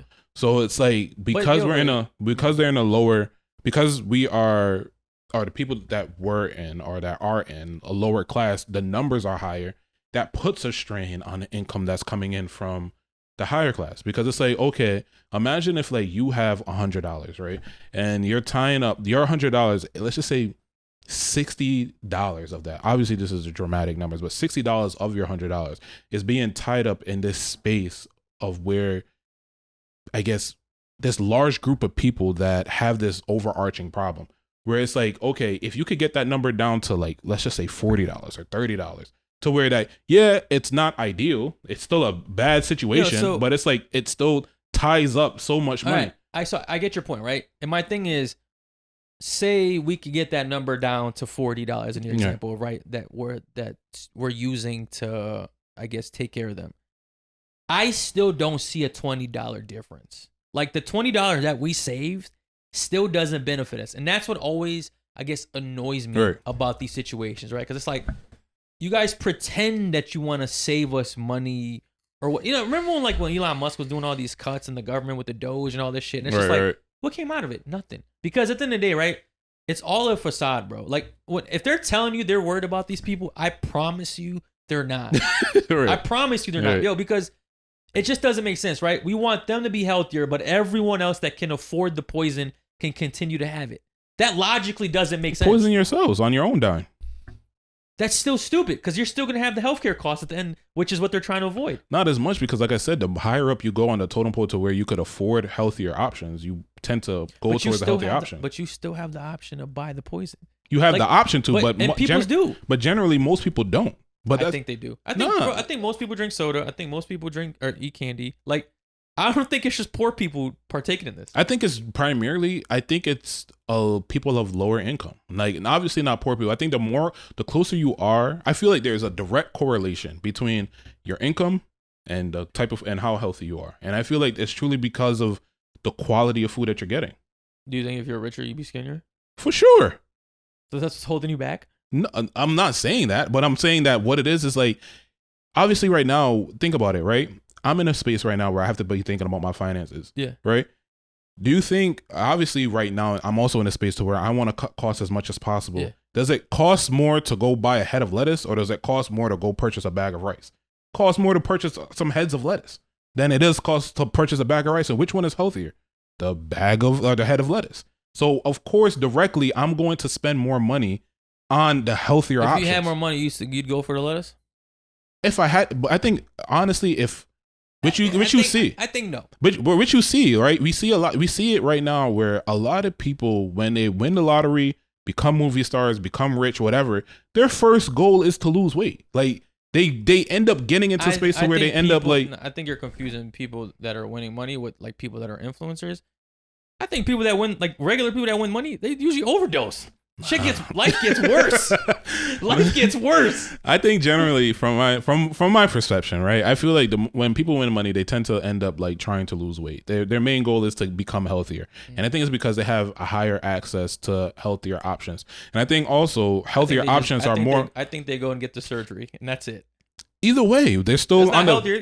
You're eating less of it. You're eating less of it. Put your life at risk for these BBLs. They're eating less of it, but like I don't know. I think even the access to healthier options become dwindle. You feel me? Like I think I was watching like this some sort of segment where they were saying that that for every there's a McDonald's and a liquor store and something else on every corner in an urban neighborhood. Where in comparison to like a wealthier neighborhood, there's less of those things and more farmers markets.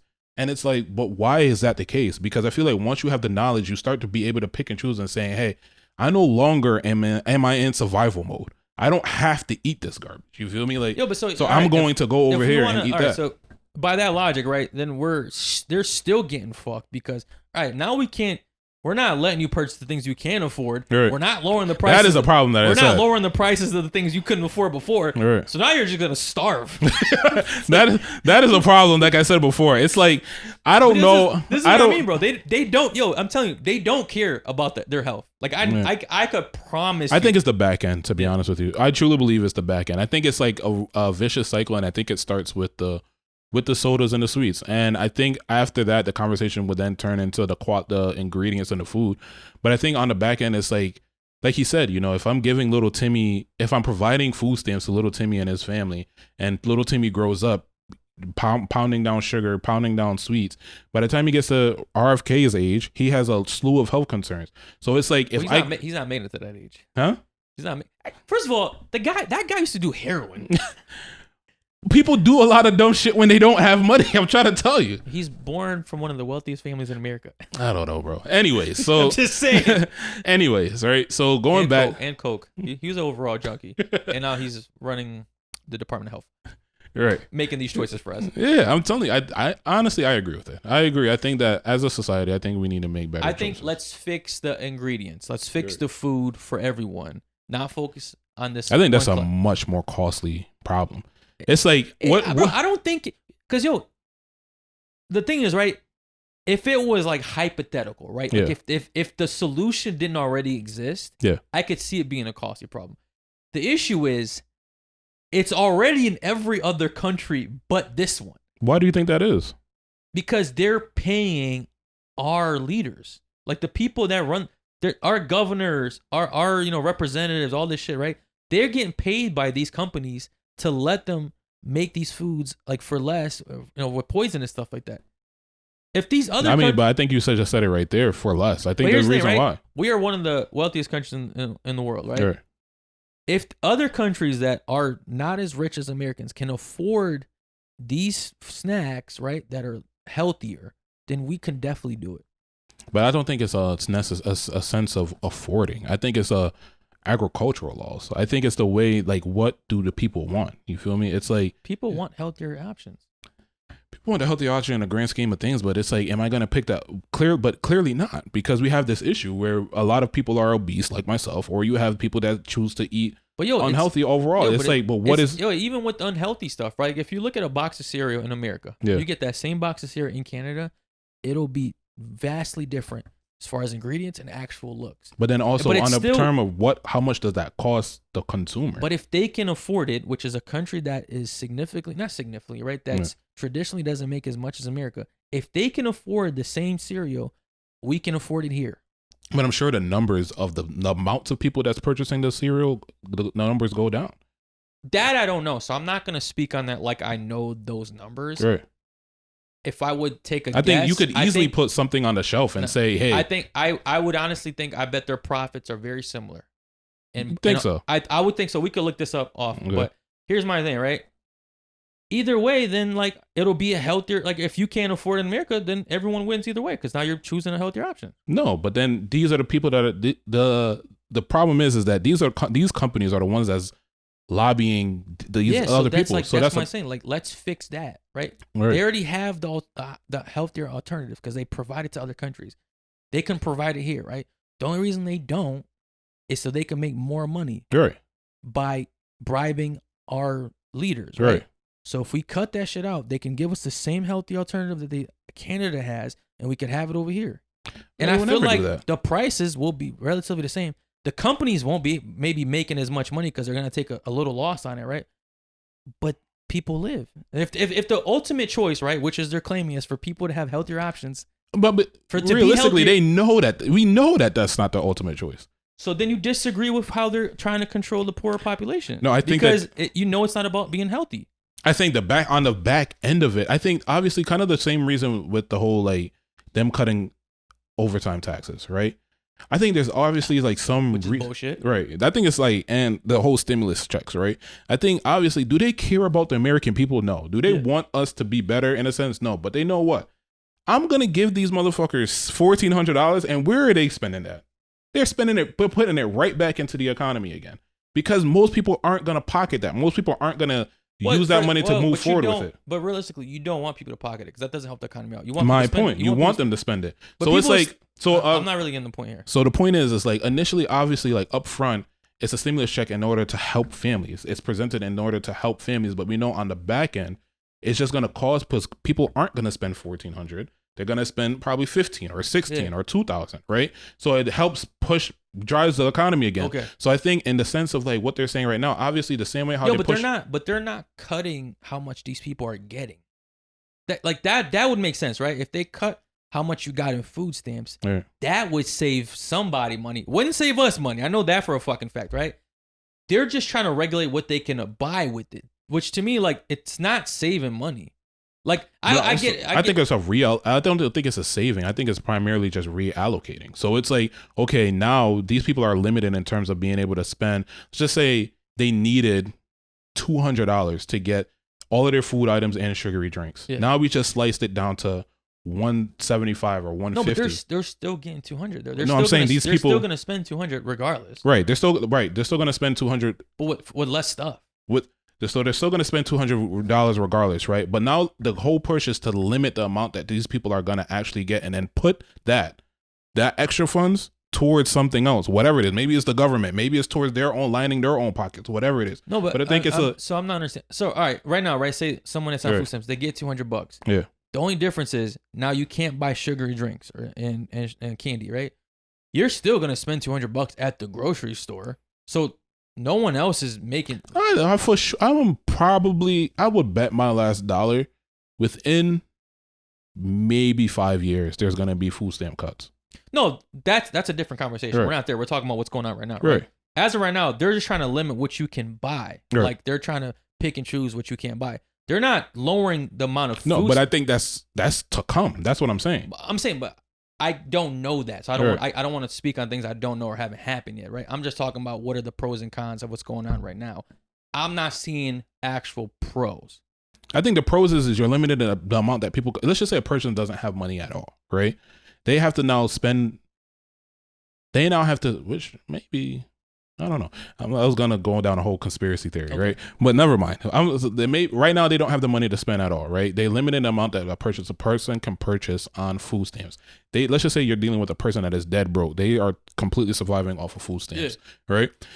They go into the store, they purchase that. Now people, obviously, I think they're not dumb. They're like, okay, now instead of me purchasing soda, I'm probably going to get me an extra bag of rice. But these people are going to thinking like these people don't need 2 bags of rice to last now. They're going to start making cuts after. That's what I'm saying. Yeah, but that's maybe what's going to happen, right? But I'm talking about as of right now. You're talking about hypothetical situations, right? I'm trying to focus on what's the actual reality of obviously, but right now it doesn't make sense. No, it does help them health wise. It does. If they can't purchase it, they can't purchase it.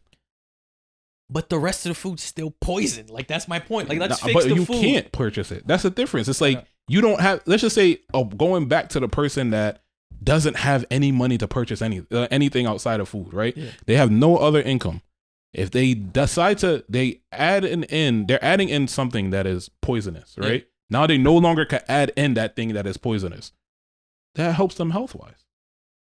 Which I don't think is their actual goal. That's my point. But that's what I'm saying. I don't think it's the actual goal, but we were going into, now we're getting into the hypotheticals that I was saying before, which is like, obviously this isn't their actual goal, but it's what is to come from this, which I think is it's just control. I think what's to come from this is just control of the poorer class. Like, that's what it is. I don't think so, man. I think maybe it might be a partial piece of control, but I do think on the back end it is largely is costing America a lot to put people on Medicaid. I could see them giving like incentives to get the privilege to buy candy. Yeah. Like, if we're being hypothetical, right? Like, I could see the government be like, all right, like, if you do this many hours or if you do this for the government, whatever, like we'll give you like a token to buy candy and your food stamps. I think that, like, if you want to be hypothetical, I think that's where this shit goes. I think what it is, I think the incentive is the cost of Medicare and Medicaid. I think we have known that the cost of Medicare and Medicaid is going on a slope. Like, it's like we don't have enough money to sustain. 100%, right? So, but I feel like if that's the overall thing, let's just change the food, not who can buy it. I just think it's more expensive to do that. It costs so much more money to say let's revolutionize a whole industry versus limiting a certain class of people from purchasing. I guarantee you that even if they go through with this, right, which actually they are going through, right, like, the sales of candy and soda is not going to go significantly down. I think it's still going to be just as bought, which to me defeats their whole argument of we wanted people to be healthier, because it's still getting bought at the same rate. So people are still going to get just as sick from it like they were before. Now it's just this specific class can't get as sick from it, I guess. But people are still getting sick. I think it will go down for sure. I don't know how much it will. Obviously, like, I'm not gonna speculate on that. No one in America, watch people get more sick. Watch it have like the complete opposite effect. Right. It's like now autism, cancer has never been as high. Right. I don't know what it was when we did this shit. But, it led to depression. Now these people are just even more depressed and sick. That's what's gonna happen. But I think we'll just agree to disagree on this. Yeah, I think honestly, I do think it's gonna go down. But I think that, I don't know, it wouldn't surprise me if, like, touching into what you're saying, they're gonna figure out a way to make other foods more cheaper and cause more problems. Exactly. But, yeah, I think obviously I do agree with you in the sense of like there is a bigger problem that needs to be addressed, which is the quality and the contents that's inside of our food for sure. But I just don't see that happening. All right. All right. So on to some more local news. Yeah. So, as you know, Connecticut doesn't have too many pro teams, right? In any form, like NFL, At NBA, all, right. and if we do have one pro team, we have the WNBA Connecticut Suns. Okay. So we're at risk of losing them. Oh, really? So the Celtics minority owner Steve Paguca, however you say it, has agreed to buy the Connecticut Suns for $325 million and plans to move the team to Boston. Ugh. By 2027. This will be the biggest sale in women's sports history. But despite the headlines, the deal isn't final. It still needs the WNBA board approval and hasn't been officially presented yet. A Connecticut-based group backed by Mark Larzy is also bidding to keep the team local, possibly moving it to Hartford. As of right now, it's located in I think Norwich. It's in the casino, Mohegan Sun. Okay. For now, the Sun will stay in Connecticut through 2026, but their future is still undecided. So, full transparency, right? I'm a big basketball fan. I'm not the biggest WNBA fan, right? But I honestly do like the fact that we have at least one pro team in our state. I think it'll be a bad look. Like if we lose the one team, I don't like that, man. I feel like that's what kind of makes a state kind of popping sometimes. Is having like, these professional stadiums, like these incentives to go out, have a good time, enjoy a good game and stuff like that. And I feel like that's like something that Connecticut's missing, specifically Hartford. It seems like Boston's probably going to win this bidding war, but it would be nice if the guy from Hartford won it and we actually move the Connecticut Suns to Hartford, which I think is more accessible to people, right? Because Norwich or the Mohegan Sun is far as shit. Like, you know what I mean? Like driving an hour to go there to watch them is like out of the way, where like Hartford is like the capital. It's more kind of in the middle. So so my question is you said this is the owner of the Boston Celtics? Minority owner. So like each pro team has like multiple owners. Okay. It's like obviously like multiple billionaires. Okay, so it wouldn't be under the Boston Celtics. It probably would. No, it probably would be like their WNBA team. Oh, okay. Yeah. Okay. A lot of NBA teams, right? They'll have like a G League team or they'll have a WNBA team, like, but it'll be like in their state, and they all kind of like are near each other. I wonder what's the benefit of like purchasing that team then, because I feel like in the last year or so, the WNBA has kind of been trending upwards as far as popularity, and with popularity in sports comes money. I think they're seeing like what the future potential, like for profits for them, because that's all these people care about, right? And the Connecticut Suns is actually a pretty good team in the WNBA, so I think that's their overall goal. And Boston itself is a big sports town, right? Like they already have the Celtics, they have the Patriots, they have their own I think pro hockey team. They have a lot, right? So it's just the Red Sox, like they got everything. So it's like might as well just get a WNBA team. Honestly, I feel like it may be beneficial for them to go there, to be honest. And because I think it's like, yeah, it'd be nice for Connecticut to have it, but I think we don't have like a major like sports community in comparison to like Boston. But the thing is, right, we do got the Excel Center. I think they changed the name, right? Like the Excel Center has so much potential. It's a lot of potential for a pro team. It's a great location. It's in like one of the biggest city in Connecticut, right? I feel like we're not utilizing it correctly. No. I feel like if we had a pro team here, right, I think it'd bring so much money into the state. I think it would just make the state a better place to visit. Possibly. I mean, I just think I'm looking at it from like I guess a consumerism standpoint. Like it's like, or from a more business standpoint, I should say, because it's like if you have the possibility of like moving into a place that is already very like sports driven, and I feel like it's kind of already engraved that where that's like their norm in a sense, versus like Connecticut, the closest I feel like the biggest thing that we have is like the Huskies. So I feel like for us, it's like sports is almost like an afterthought in a sense. No, where it's like, I don't disagree with you with that, right? Like Yeah, it makes sense for the team to move to. I think Boston. I think it would be a nice, like you said, it'll bring in a lot of like attention into the state. But I think it would take more than just that. I think they should move if we do keep it in Connecticut for sure. I do definitely think they need to come towards Hartford.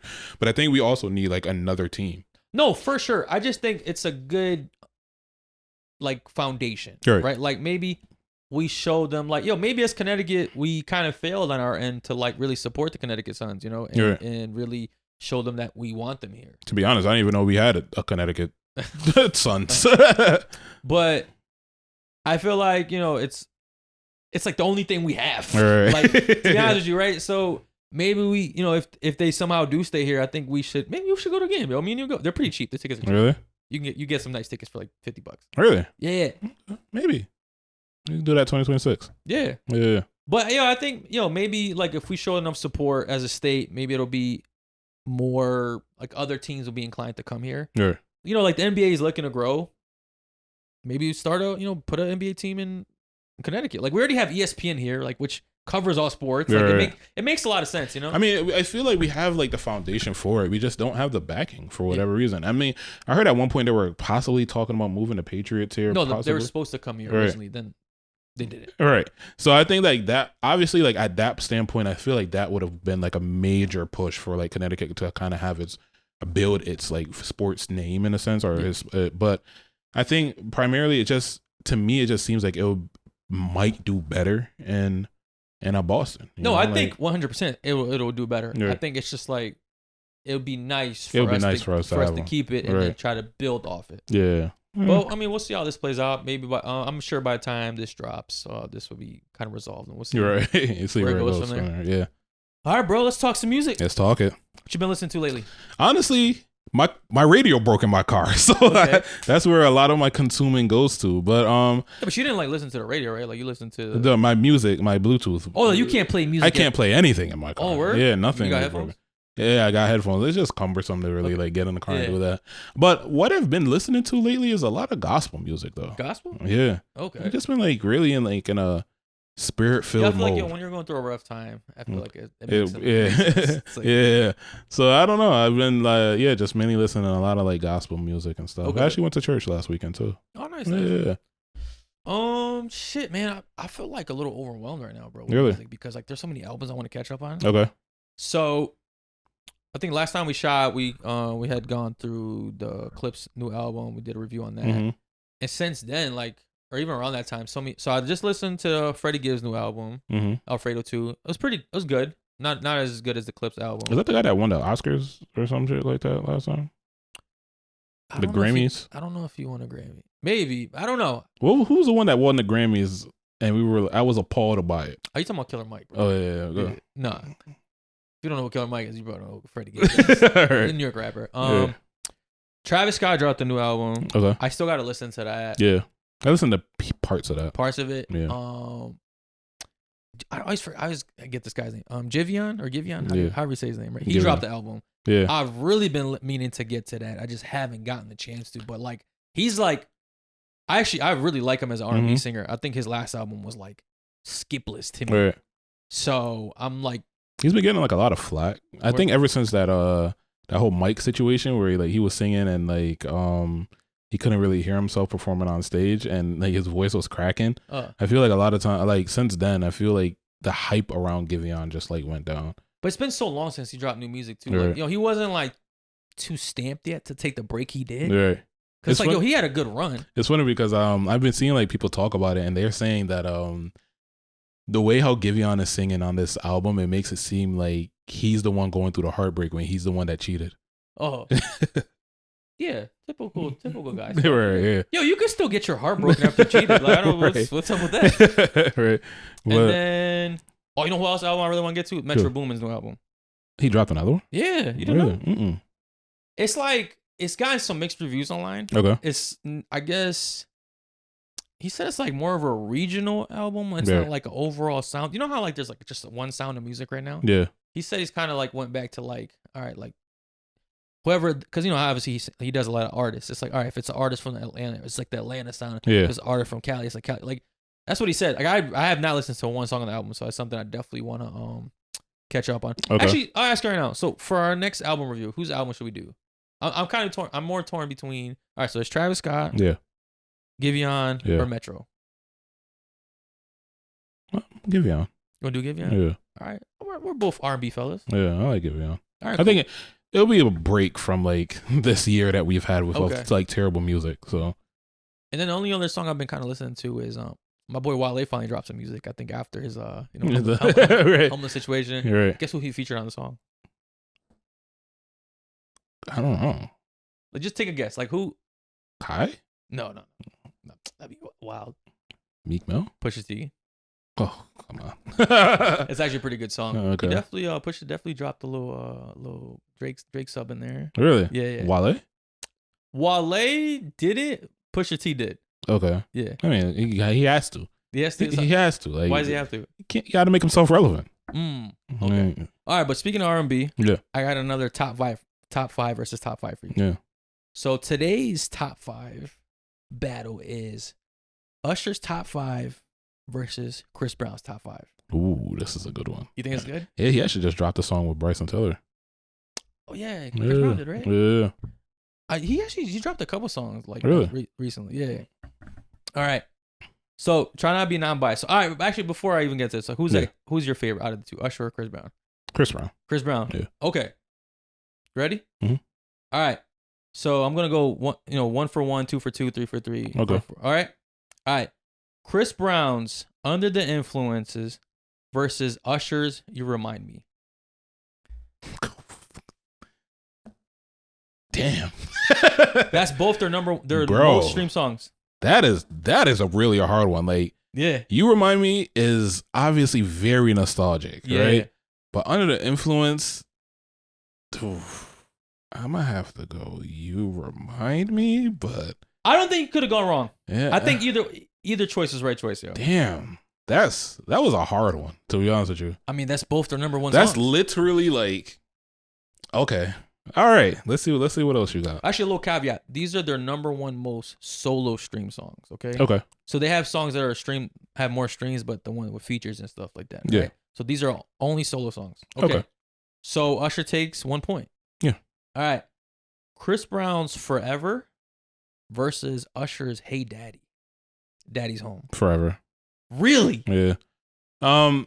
Hey Daddy was cool. I just think it got played out on the radio too much. Daddy's Home is like one of my favorite Usher songs. I sing it a lot. Don't get me wrong. I do sing it a lot. I sing every time I come home. Forever is definitely just like it reminds me of a time. Like remember the Winter Fresh commercial with him, or what was it? Winter Fresh, or was it the I think I know something. Juicy Fruit, or one of them commercials he was singing. Yeah, but it's like it brings me back to like high school. I think I was going through a breakup when Forever came out, yo. Yeah, I can hear it. Like as we're saying Forever, like I can hear the little like whatever that instrument is that's playing in the background. Okay. Yeah, Forever for me. All right.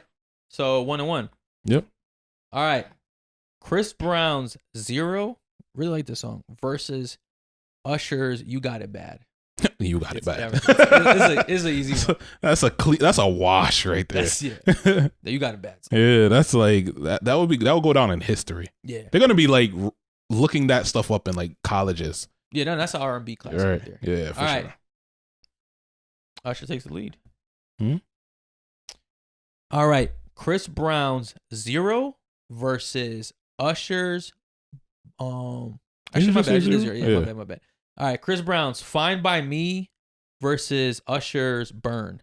Burn? Yeah. I never got into Burn. Really? Yeah. You got to let it burn, man. You don't. Just don't let that burn. I hope not.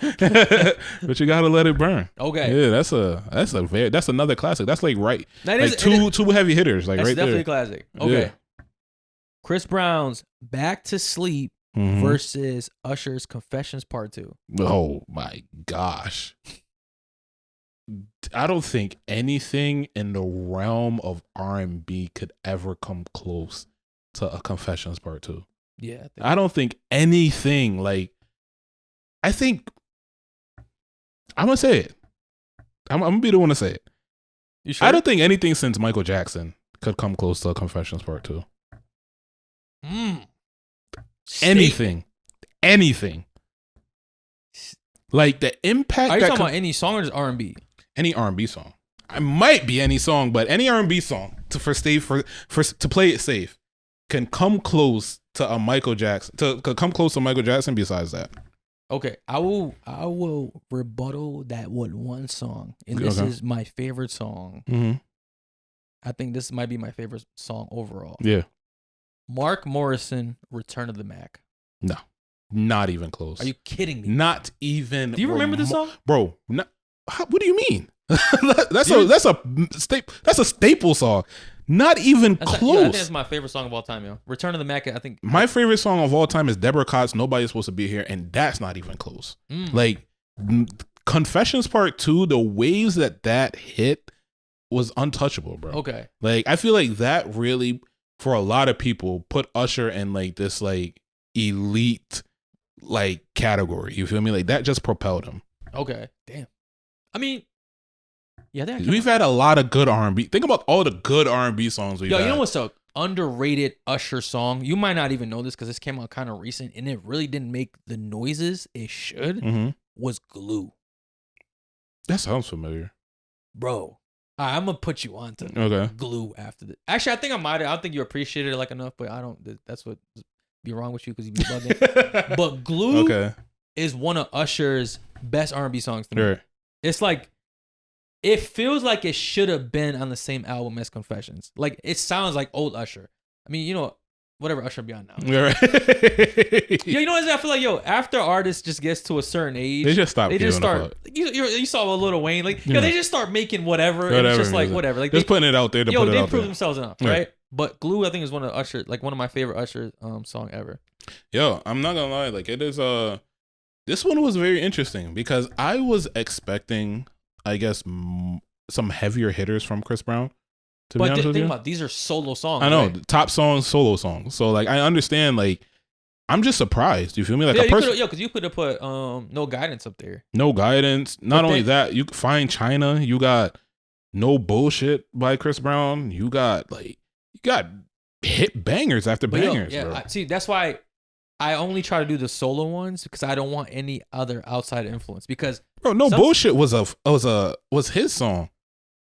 That was just him singing the entire time, dancing in a fucking military vest. Yo, but that wasn't in his top set. Bro, I don't get it. Like, I don't understand it. Yo, because that's the thing about music though, right? Sometimes you could hold a song so in high regards, but the rest of the world does not agree with you. Yo, because I know we like to think numbers don't matter. Mm-hmm. But at the end of the day, right, it's my opinion versus actual facts.